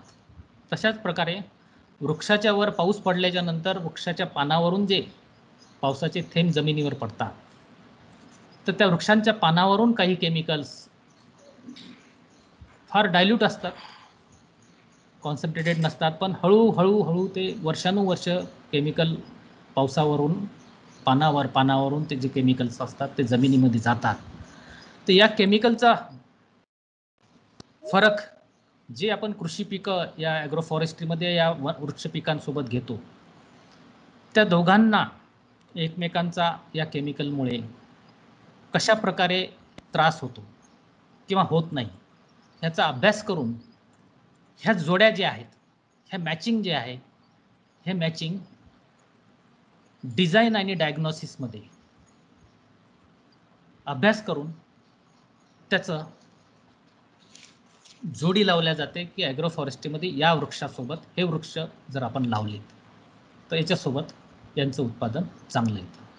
परंतु साधारणपणे कोणत्याही वृक्षाच्या सावलीमध्ये जे कंदवर्गीय पिकं आहेत, हळद असो, आले असो, रताळे, गाजर, मुळा, कांदा, हे असे जे पिकं आहेत, ही पिकं ॲग्रोफॉरेस्ट्री सिस्टीममध्ये झाडांची थोडीशी सावली जरी पडत असेल तर त्या सावलीच्या खाली हे चांगल्या प्रकारे येतात. याचा एक अनुभव आलेला आहे. यासोबतच जशा प्रकारे जमिनीतले जे वाहून गेलेले खालच्या थरावर मातीमध्ये जाऊन जे आपले अन्न घटक बसले होते ते आपण कशा प्रकारे वरच्या थरावर जमिनीच्या न नांगरता वर आणले हे तर आपण पाहिलेलं आहे. पण यासोबतच ॲग्रोफॉरेस्ट्रीमध्ये जे आपण वृक्ष निवडतो तर त्याच्या काही क्रायटेरिया आहे. त्या क्रायटेरियामध्ये आपण एक पाहतो की त्याच्या फायब्रस रूट सिस्टम नसली पाहिजे, म्हणजे आजूबाजूला त्याची मुळं जाऊ नये. कारण आजूबाजूला मुळं गेली झाडाची तर त्या कृषी पिकासोबत ते कॉम्पिटिशन करतील. म्हणून टॅप रूट सिस्टम असली पाहिजे त्या झाडाची. दुसरा घटक कॅरेक्टर हे असतं की ती झाडं असे त्याचा क्राऊन फार मोठा झाला नाही पाहिजे, ते वर असं लंबुळतं वाढतं गेलं पाहिजे झाड, म्हणजे दुसऱ्या पिकांना त्याची फारशी सावली पडू नये. निलगिरीचं झाड कसं एकदम फाटा न करता वर जातं, अशा क्राऊनची सिलेक्शन ॲग्रोफॉरेस्ट्रीमध्ये जे झाड आपण लावतो त्याच्यामध्ये मिळतं. त्यासोबतच आपण सगळे कृषीचा अभ्यास असणारे लेग्युमिनेसी फॅमिली आपल्याला माहिती आहे. लेग्युमिनेसी फॅमिली म्हणजे ज्या झाडांना शेंगा येतात तर शेंगा असल्यामध्ये ते लेग्युमिनेसी फॅमिली, आणि जे शेंगा आहेत ते नत्र स्थलांतरीकरण करतं. त्याला त्याच्या मुळांना गाठी असतात, रूट नोड्युल्स, त्या रूट नोड्युल्समध्ये रायझोबियम बॅक्टेरिया आहे, ते आपल्याला सर्व पद्धत माहिती आहे. तर ॲग्रोफॉरेस्ट्रीमध्ये हे लेग्युमिनस फॅमिलीचे जे वृक्ष आहेत हे सरासरी सिलेक्ट केल्या जाते. आणि अशामुळंच त्यांच्या ज्या मुळांना गाठी असतात तर त्याच्यामुळं हवेतील नत्र हे जमिनीमध्ये आणखी ॲड केलं जातं आणि ते जमिनीमध्ये पुन्हा या कृषी पिकाला ते नत्र मिळायला सुरुवात होतं. मग हवेतील नत्र, स्थलांतरण, नायट्राईट हे कशा पद्धतीने झाडांना मिळतं आणि कशा पद्धतीने ते हवेत उडून जातं हा एक वेगळा विषय आहे, आपला सर्वांना तो माहीतच असेल. तर ॲग्रोफॉरेस्ट्रीची सर्वात मोठी ऑब्जेक्टिव्ह किंवा उद्देश आहे आपली प्रोडक्टिव्हिटी वाढली पाहिजे. त्याच्यानंतर सस्टेनेबिलिटी म्हणजे शाश्वत, तिची शाश्वतता. जसं आपण हरित क्रांती झाल्याच्या नंतर ही शाश्वतता याच्यामध्ये कुठंतरी बदल होताना दिसत होती, ती शाश्वत नव्हती. काही वर्ष उत्पादन वाढलं, परंतु काही वर्षानंतर आपोआपच कमी व्हायला लागलं. तर यासाठी ही शाश्वत नव्हती. परंतु ॲग्रोफॉरेस्ट्रीमध्ये या सिस्टीममध्ये ही उत्पादकता जी आहे ही शाश्वत असली पाहिजे आणि असते. त्यानंतर तिसरी बाब जी आहे ॲडॉप्टेबिलिटी. जे काही ॲग्रोफॉरेस्ट्रीची सिस्टीम आहे ती सिस्टीम शेतकऱ्यांनी ॲडॉप्ट केली पाहिजे, त्यांनी ती स्वीकार केला पाहिजे. मग स्वीकार केला पाहिजे आणि स्वीकार केला नाही पाहिजे याचा फरक असा आहे की स्वीकार कधी होत नाही. एखाद्या वेळेस काही वृक्ष प्रजाती आपण अशा लावण्यास सांगितल्या आहे की ज्या वृक्षांचा उपयोग त्यांना आर्थिकदृष्ट्या होत नाही, बाजारामध्ये त्याला कोणी विकत घेत नाही किंवा बाजारामध्ये त्याला मागणी नसते. अशा वेळेस आपण अशा वृक्षांची जर लागवड त्यांना सांगितली तर ते त्यांना ॲडॉप्टेबिलिटी किंवा ते प्रिफर करत नाहीत. परंतु ज्यांना मार्केट आहे, बांबू असो, सागवान असो, निलगिरी असो, या ज्या वृक्षांच्या लाकडांना मागणी असते अशी आपण लागवड करायची सांगितली तर त्याला एक ॲडॉप्टेबिलिटी त्यांची निर्माण होते, म्हणजे ते स्वीकार करतात. तर हे करत असताना मी आत्ताच आपल्याला ॲग्रोफॉरेस्ट्रीमध्ये ॲलोलोपॅथिकचा इफेक्ट काय होतो हे सांगितलेलं आहे. आणि ॲलोलोपॅथिक इफेक्टमध्ये डिझाईन अँड डायग्नॉसिस केल्याच्या नंतर मग कुठं एक तर सिस्टीम तयार होते आणि मग ते सिस्टीम और ॲग्री सेल्विकल्चर असो, सेल्वी पाश्चरल असो, ह्या सगळ्या सिस्टीम आपण आपल्या शेतामध्ये निर्माण करून एक शाश्वत शेती निर्माण करण्याचं पाहतो. यासोबतच इतर जे फायदे आपल्याला मिळतात ते फायदे कोणते असतात? आपली जी मातीची झीज होते, सॉइल इरोजन ज्याला आपण म्हणतो, या मुळांच्या जाळ्यामुळं जमिनीमधून ती बाहेर वाहून जाणारी माती जी आहे ती थांबवल्या जाते. कारण या झाडांचं एक नेटवर्क करून ती घट्ट माती धरल्या जाते. तर रनऑफमधून पडलेल्या पावसाच्या वाहून जाणाऱ्या पाण्यामधून ही माती वाहून जाण्याचा प्रकार कमी होतो. सॉइल इरोजन थांबवलं जातं. सॉइल फर्टिलिटी वाढतं. मी आता तुम्हाला सांगितलं की जसं पालापाचोळा गेल्याच्या नंतर त्याचं एक ह्युमस तयार होतं, लिटर तयार होतो. त्या लिटरपासून मग शेवटचा प्रॉडक्ट त्याचा जो असतो ऑर्गॅनिक कर्ब आणि ह्युमस हे करून त्या जमिनीची एक सुपीकता वाढते. आणि सुपीकता वाढली म्हणजे त्याची वॉटर होल्डिंग कॅपॅसिटी त्या मातीची जास्त वाढते. वॉटर होल्डिंग कॅपॅसिटी वाढल्याच्या नंतर वॉटर टेबल जरी खूप खाली गेलं जमिनीच्या, तरी पण या लिटरपासून पालापाचोळ्यापासून जी माती निर्माण होते त्या मातीमध्ये पाणी हे वॉटर टेबल जरी खाली गेलेलं असलं तर त्यामध्ये पाण्याचं प्रमाण एक चांगल्या प्रकारे साठवलं जातं किंवा धरून ठेवण्याची क्षमता त्याची वाढलेली असते. यानंतरच झाडांची कृषी पिकासोबत वृक्ष पिकं असल्याच्या नंतर त्याचा कसा फायदा होतो हे एक आपल्याला पाहावं लागेल. ज्यामध्ये आता आपण पाहतो की आपण शेडनेट हाऊस किंवा पॉली हाऊस आपण पाहतो. शेडनेट हाऊस आणि पॉली हाऊसमध्ये नेमका काय प्रकार होतो की आपण त्याला बंद करतो. शेडनेट हाऊस असेल तर वरून नेट असते आणि खाली जमिनीपासून सगळ्यात चारी बाजूनी एक 2 ते 3 फूट आपण त्याला पॉलिथिन लावून क्लोज करतो. पॉली हाऊस असेल तर संपूर्णच तो बंद असतो. आणि यामध्ये नेमकं काय होतं, एक मायक्रोक्लायमेट आतमध्ये तर तयार होतं, परंतु एक फोटोसिंथेसिस रेट त्याचा वाढण्याचा,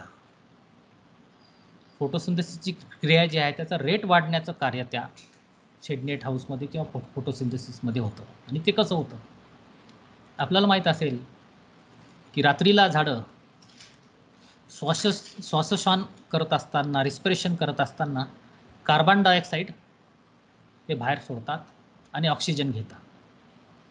मग हे रात्रीला कार्बन डायऑक्साईड बाहेर सोडल्याच्या नंतर कार्बन डायऑक्साईड इतर हवेच्या पेक्षा, वातावरणातील इतर हवेच्या पेक्षा थोडंसं जड असल्यामुळं ते वर उडून न जाता ते खाली खाली यायला सुरुवात होतं जमिनीवर. आणि जेव्हा जमिनीवर ते येतं तर आजूबाजूनी या पॉलिथिन शेडनेट हाऊसमध्ये किंवा पॉली हाऊसमध्ये जे आजूबाजूनी पॉलिथिन असतं त्याला बाहेर जाऊ देत नाही. आणि ते बाहेर न गेल्यामुळं त्याचा 1.5 ते 2 फुटापर्यंत एक कार्बन डायऑक्साईडचा खाली त्याच्या कॉन्सन्ट्रेशनचा एक थर निर्माण होतो. तो थर निर्माण झाल्याच्या नंतर रात्रभर कार्बन डायऑक्साईड झाडं, त्या पॉली हाऊसमध्ये शेडनेटमध्ये असलेली झाडं रात्रभर कार्बन डायऑक्साईड बाहेर सोडतात आणि ते साठलेलं कार्बन डायऑक्साईड त्या शेडनेटमध्ये त्याचं कॉन्सन्ट्रेशन वाढतं. आणि सकाळी जेव्हा केव्हा सूर्यप्रकाश येतो तर या सूर्यप्रकाशाच्या साहाय्याने आणि कार्बन डायऑक्साईडचा प्रमाण कॉन्सन्ट्रेशन जास्त असल्यामुळे जास्तीत जास्त अन्न तयार करण्यासाठी एक परिस्थिती निर्माण होते झाडांना. आणि ते जास्तीत जास्त अन्न तयार केल्याच्या नंतर त्याची ग्रोथ जास्त होणार. म्हणून या शेडनेट आणि पॉली हाऊसमध्ये जे रेट ऑफ ग्रोथ वाढतो, झाडाचा प्रमाण वाढतं, तर त्या कार्बन डायऑक्साईडमुळं, वायूमुळं त्यांना अन्न, कार्बन डायऑक्साईड हे त्याचं अन्न असतं. सनलाईटच्या प्रेझेन्समध्ये हे ते कार्बन डायऑक्साईड घेऊन आपल्याला त्याची वाढ दुपटी का तिपटीनं करतं. तर हा जो कॉन्सेप्ट शेडनेट किंवा पॉली हाऊसमध्ये होतो, असाच कॉन्सेप्ट क्रिया हे ॲग्रोफॉरेस्ट्रीमध्ये होतं. ॲग्रोफॉरेस्ट्रीमध्ये जेव्हा आपण पाहतो की जिकडून हवा येते त्या बाजूला हवेपासून शेतीचं संरक्षण करण्यासाठी एक जो प्रकार आहे तो आहे विंड बेल्ट. विंड बेल्ट म्हणतो त्याला, किंवा शेल्टर बेल्ट म्हणतो. शेल्टर बेल्ट वेगळा आहे. दोन्हीचे कॉन्सेप्ट मी आपल्याला समजावून सांगेल. विंड बेल्ट म्हणजे साधारणतः दक्षिण आणि पश्चिम दिशेकडून एक हवा वाहती असते नेहमी वर्षातून मॅक्झिमम वेळा, आणि तिकडून हवा वाढलेली असताना जी खूप जोराशी हवा येतं त्याच्यामध्ये आपल्या कृषी पिकाचं किंवा फळझाडांचं नुकसान होते. हे नुकसान होऊ नये म्हणून आपण त्या दिशेला, दक्षिण आणि पश्चिम दिशेला आपल्या शेताच्या बांधावरती आपण काही वृक्ष लावतो. 1 किंवा 2 लाईनमध्ये जे वृक्ष लावतो, उंच वृक्ष लावतो. उंच लावल्याच्या नंतर त्याच्या खालचा भाग जो आहे तो झाकण्यासाठी एक झाडी झुडपं लावतो, आणि त्याच्या खालूनही हवा आतमध्ये येऊ नये त्याच्यात गवतवर्गीय पिकं लावतो. अशा वेगवेगळ्या थरातून उंच भागामध्ये उंच वाढणारे झाडं, त्याचा क्राऊन जो असतो त्यांनी ते वरचा भाग बंद करतो. त्याच्यानंतर त्याच्यापेक्षा कमी वाढणारे झाडं दुसऱ्या लाईनमध्ये, आणि तिसऱ्या लाईनमध्ये गवतवर्गीय किंवा असे खाली झुडूप करून अशा प्रकारचा एक विंड बेल्ट तयार होतो, ज्याच्यामुळे जिकडून हवा जोराशी आल्याच्या नंतर ती हवा जी आहे ती ब्रेक होते. त्या बेल्टमुळं ती हवा ब्रेक होते. ब्रेक झाल्याच्या नंतर तिची वेलॉसिटी, तिचा जो स्पीड आहे तो स्पीड थांबला जातो, आणि त्याच्यामधून आपल्या शेती पिकांना संरक्षण मिळतं. आता याचं गणित कसं आहे की आपली शेती किती लांब असेल म्हणजे आपण किती उंच हा विंड बेल्ट करावा. साधारणतः याचं ढोबळ गणित जे आहे, फॉर्म्युला जो आहे, की जितकी उंची आपण या विंड बेल्टची तयार केली त्या दिशेने, तर त्याच्या 20 पट समोर, त्याची समोरची बाजू जी आहे त्याच्या 20 पट समोर आपल्या शेताचं संरक्षण तिथपर्यंत मिळतं. संरक्षण मिळतं म्हणजे एक 20 पट. साधारणतः आपण 10 फुटाचे आपण वृक्ष लावले पश्चिम आणि दक्षिण दिशेने, आणि तिकडून हवा आली जोराची, तर ती हवा साधारणतः आपल्या क्षेत्राला 200 फुटापर्यंत, 10 फुटाची झाडाची उंची जर असेल तर 200 फुटापर्यंत आपल्या शेतीला त्या हवेपासून आपल्याला संरक्षण मिळतं. त्यासोबतच या विंड बेल्ट सोबत एक शेल्टर बेल्ट नावाचा एक प्रकार असतो ॲग्रो फॉरेस्ट्रीमध्ये. शेल्टर बेल्ट म्हणजे जसं समुद्र काठेला किंवा नदीच्या काठेला जिथं पूर आल्याच्या नंतर मातीसारखी वाहून जातं, तर अशा ठिकाणी मल्टिपल लाईन्स वृक्षांच्या तिथं लावल्या जाते. बांबूसारखे असो किंवा समुद्राच्या काठाने नारळ असो, कॅझ्युरिना असो, सरू ज्याला आपण म्हणतो, अशा वृक्षांची एक लाईन लावल्या जाते, खूप मोठी लाईन, ज्यांच्यामुळं समुद्रातून येणारा वारा जो आहे त्याचा स्पीडही थांबवला जातो, आणि ज्या लाटा येतात किंवा पाण्यामुळं जी मातीची झीज होते ती माती पण थांबल्या जाते. या वृक्षाच्या सगळ्या नेटवर्कमुळं मातीला घट्ट धरून ठेवतं, आणि जी मातीची झीज सांभाळतं, आणि ते जे बेल्ट असतो समुद्र किनारी असो की नदीच्या किनारी असो, तळ्याच्या किनारी असो, तर त्याला शेल्टर बेल्ट्स म्हणतात. या प्रकारे आपल्याला फोटोसिंथेसिसमध्ये मी आपल्याला सांगितलं की रेट ऑफ फोटोसिंथेसिस वाढतो. त्यानंतर विंड बेल्ट आणि शेल्टर बेल्टने आपल्या फील्डचं, आपल्या शेताचं संरक्षण होतं, मातीचं संरक्षण होतं. यासोबतच आपल्याला आपल्या भागामध्ये जैविक विविधता वाढवण्यासाठी मदत होते, ज्याला आपण बायोडायव्हर्सिटी म्हणतो. आणि जिथं जैविक विविधता वाढते, बायोडायव्हर्सिटी वाढते, वेगवेगळ्या वृक्षांचा आणि वेगवेगळ्या पिकांचा प्रकार वाढतो, तिथं किडीचा प्रादुर्भाव हा कमी होतो. त्यासोबतच जसं मायक्रो क्लायमेट तयार होणं. मायक्रो क्लायमेट म्हणजे ॲग्रो फॉरेस्ट्री असताना बाहेर जसं तापमान आहे, तर त्या ॲग्रो फॉरेस्ट्री जो एरिया आहे त्या भागामध्ये किंवा त्या शेतामध्ये साधारणतः 2 ते 3 डिग्रीनी तापमान कमी मिळतं. आर्द्रता जास्त असते हवेमधली, आणि हे आर्द्रता आणि तापमान कमी जे करतो त्याला आपण मायक्रो क्लायमेट म्हणतो. तर हे मायक्रो क्लायमेट निर्माण होण्यासाठी मदत होते, आणि मायक्रो क्लायमेट निर्माण झाली म्हणजे याच्यामध्ये इतर पिकांची ग्रोथ ही चांगली होते. यासोबतच जो इनडायरेक्ट बेनिफिट आहे, कार्बन स्टॉक, एक सामाजिक प्रश्न आहे की आपल्या हवेमधलं कार्बन डायऑक्साईड खूप वाढलेला आहे आणि त्या कार्बन डायऑक्साईडला आपण हवेमधून जर कुठं साठवायचं असेल जगामध्ये, तर सर्वात मनुष्याला जर करता येण्यासारखं असेल तर ते मध्ये वृक्ष लावणे. वृक्षाचं जे खोड आहे, मी तुम्हाला मागेच सांगितलं न्यूट्रिएंट्स पूलमध्ये की वृक्षांचं जे खोड आहे त्या खोडामध्ये साधारणतः 75% कार्बन साठवलं जातं आणि 25% अन्न घटक. तुम्हाला असंही वाटेल की कृषी पिकं जे लावलेले आहे, ज्याला खोड नसतं, स्टेम नसतं, हार्ड स्टेम नसतं, त्याच्यामध्ये कार्बन साठवलं जाऊ शकतं का? नाही, त्याच्यात फार कमी कार्बन स्टॉक होतो. फक्त ज्यांचे हार्ड स्टेम आहे, जे वृक्ष पिकांमध्ये मोडतात, याच्यामध्येच कार्बन स्टॉक होतो. कार्बन स्टॉक नेमका कसा होतो?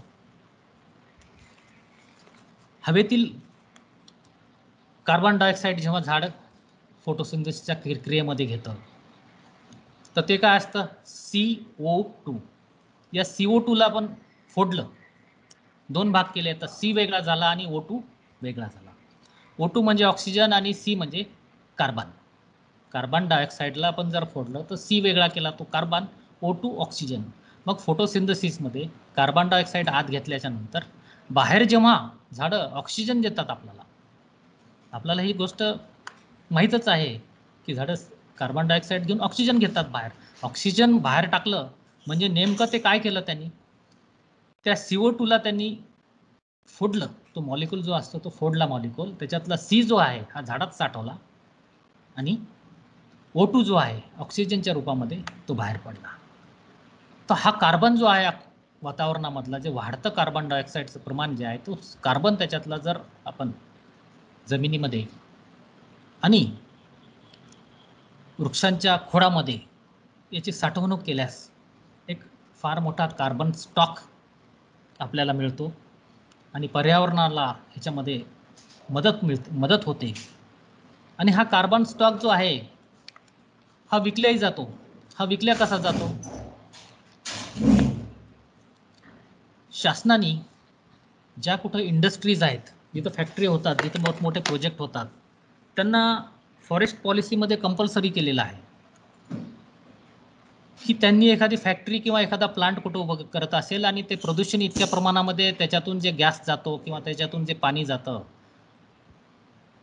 तर वातावरणाला किंवा जमिनीला इतक्या प्रमाणात जर ते प्रदूषण करत असेल, तर तितक्या प्रमाणात त्याचे कॅल्क्युलेशन काढलेलं आहे की त्यांनी तितक्या प्रमाणामध्ये जितकं ते प्रदूषण जास्त करते तितके त्यांनी झाडं लावले पाहिजे.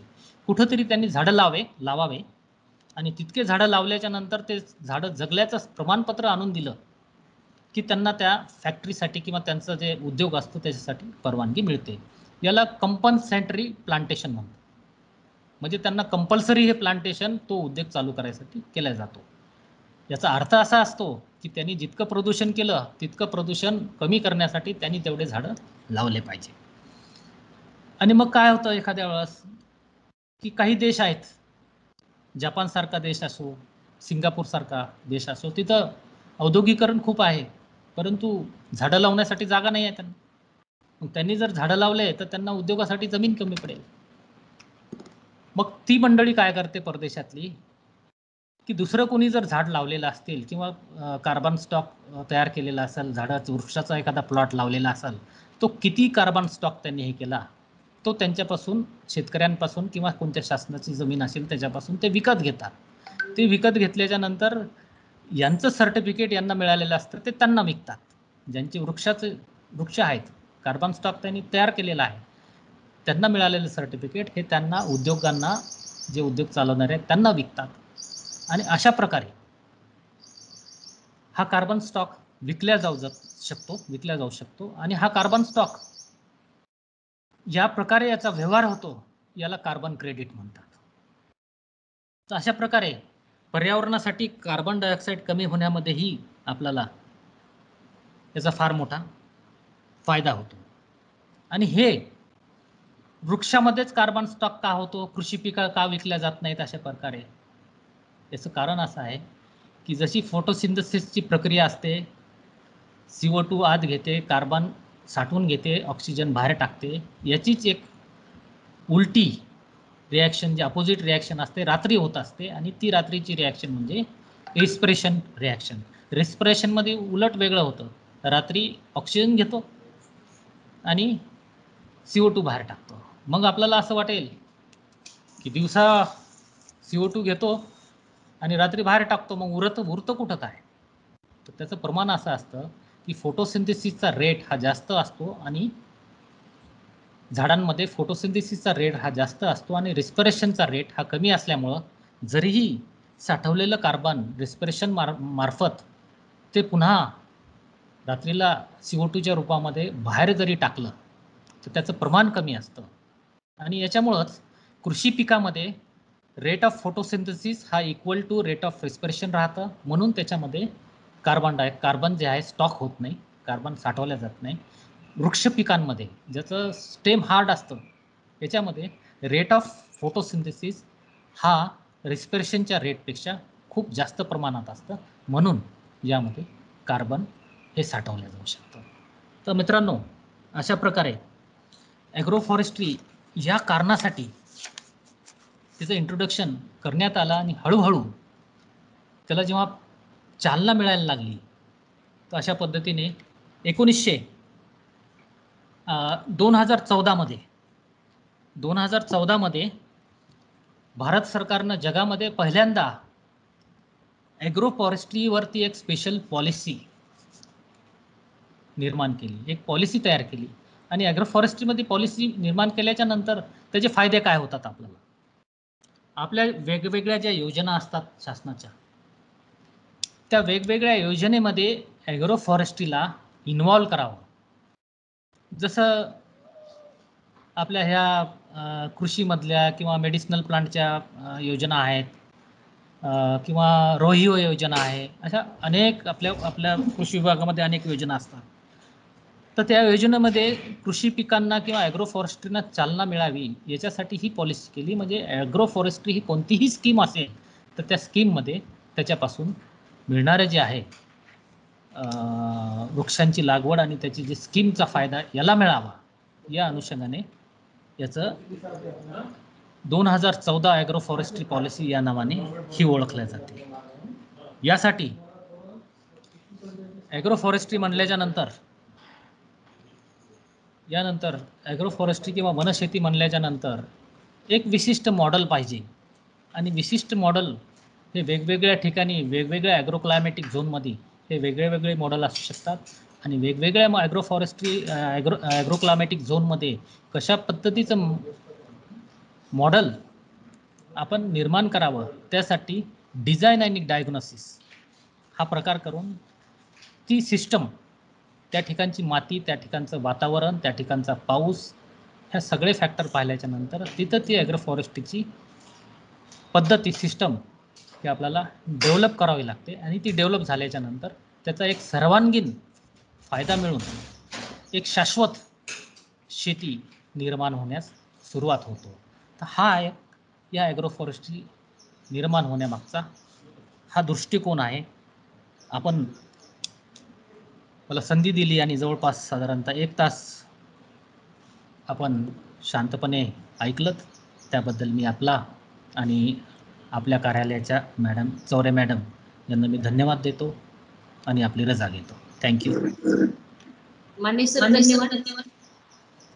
अतिशय उत्कृष्ट असं आणि अतिशय तंत्रशुद्ध आमच्या रुटीन ॲग्रिकल्चर डिपार्टमेंटमध्ये सदर विषयाला फार कमी आम्ही वेळ देऊ शकतो, किंवा इतर पिके अत्यंत प्राथमिकतेची आणि महत्त्वाची असतात. आमची शेती पिके, आमची फळ पिके, आमची फुलपिके यावर आमचा फोकस असतो. त्यामुळे आम्ही या क्षेत्राला जरी माहिती असली थोडीफार तरी तोंडओळख असते. परंतु आज आपण अत्यंत महत्त्वाचं आणि अत्यंत तंत्रशुद्ध असं ज्ञान आम्हा सगळ्यांना दिलं. आपण सर्व पार्टिसिपंटची व्यक्तिशः मी आणि आपणातर्फे आभार मानते, कारण अगदी वेळेवर वेळ चेंज होऊनही पार्टिसिपंट हजर राहिले आणि अत्यंत मोठा प्रतिसाद, सकारात्मक प्रतिसाद त्यांनी दिला. पार्टिसिपंट पैकी कोणाला सरांना काही प्रश्न विचारायचे असतील तर कृपया विचारूया. ठीक आहे. माने सरांची आता मीटिंग असल्याचं कळलं नुकताच, तर त्यांना खूप खूप रामेतीतर्फे त्यांचे आभार मानून त्यांची रजा घेते आणि पार्टिसिपंटसाठी एक सूचना की माने सरांचं जे लेक्चर होतं ते 3 ते 5 या कालावधीत होतं, परंतु त्यांच्या अतिव्यस्त शेड्यूलमुळे त्यांनी ते प्रीपोन केलं. तर आपला आजचा 3 ते 5 आता आपला शेड्यूल होणार नाही. उद्या आपण सकाळी 11 वाजता याच प्रशिक्षण वर्गाच्या 3ऱ्या सत्राला भेटूया. तोपर्यंत मी तुमची रजा घेते, परंतु तुम्हाला गुगल फॉर्म पाठवते. तुम्ही कृपया फीडबॅक आम्हाला पाठवावे आणि आपल्या काही अडचणी किंवा शंका असल्यास ग्रुपवर आपण बोलूयात.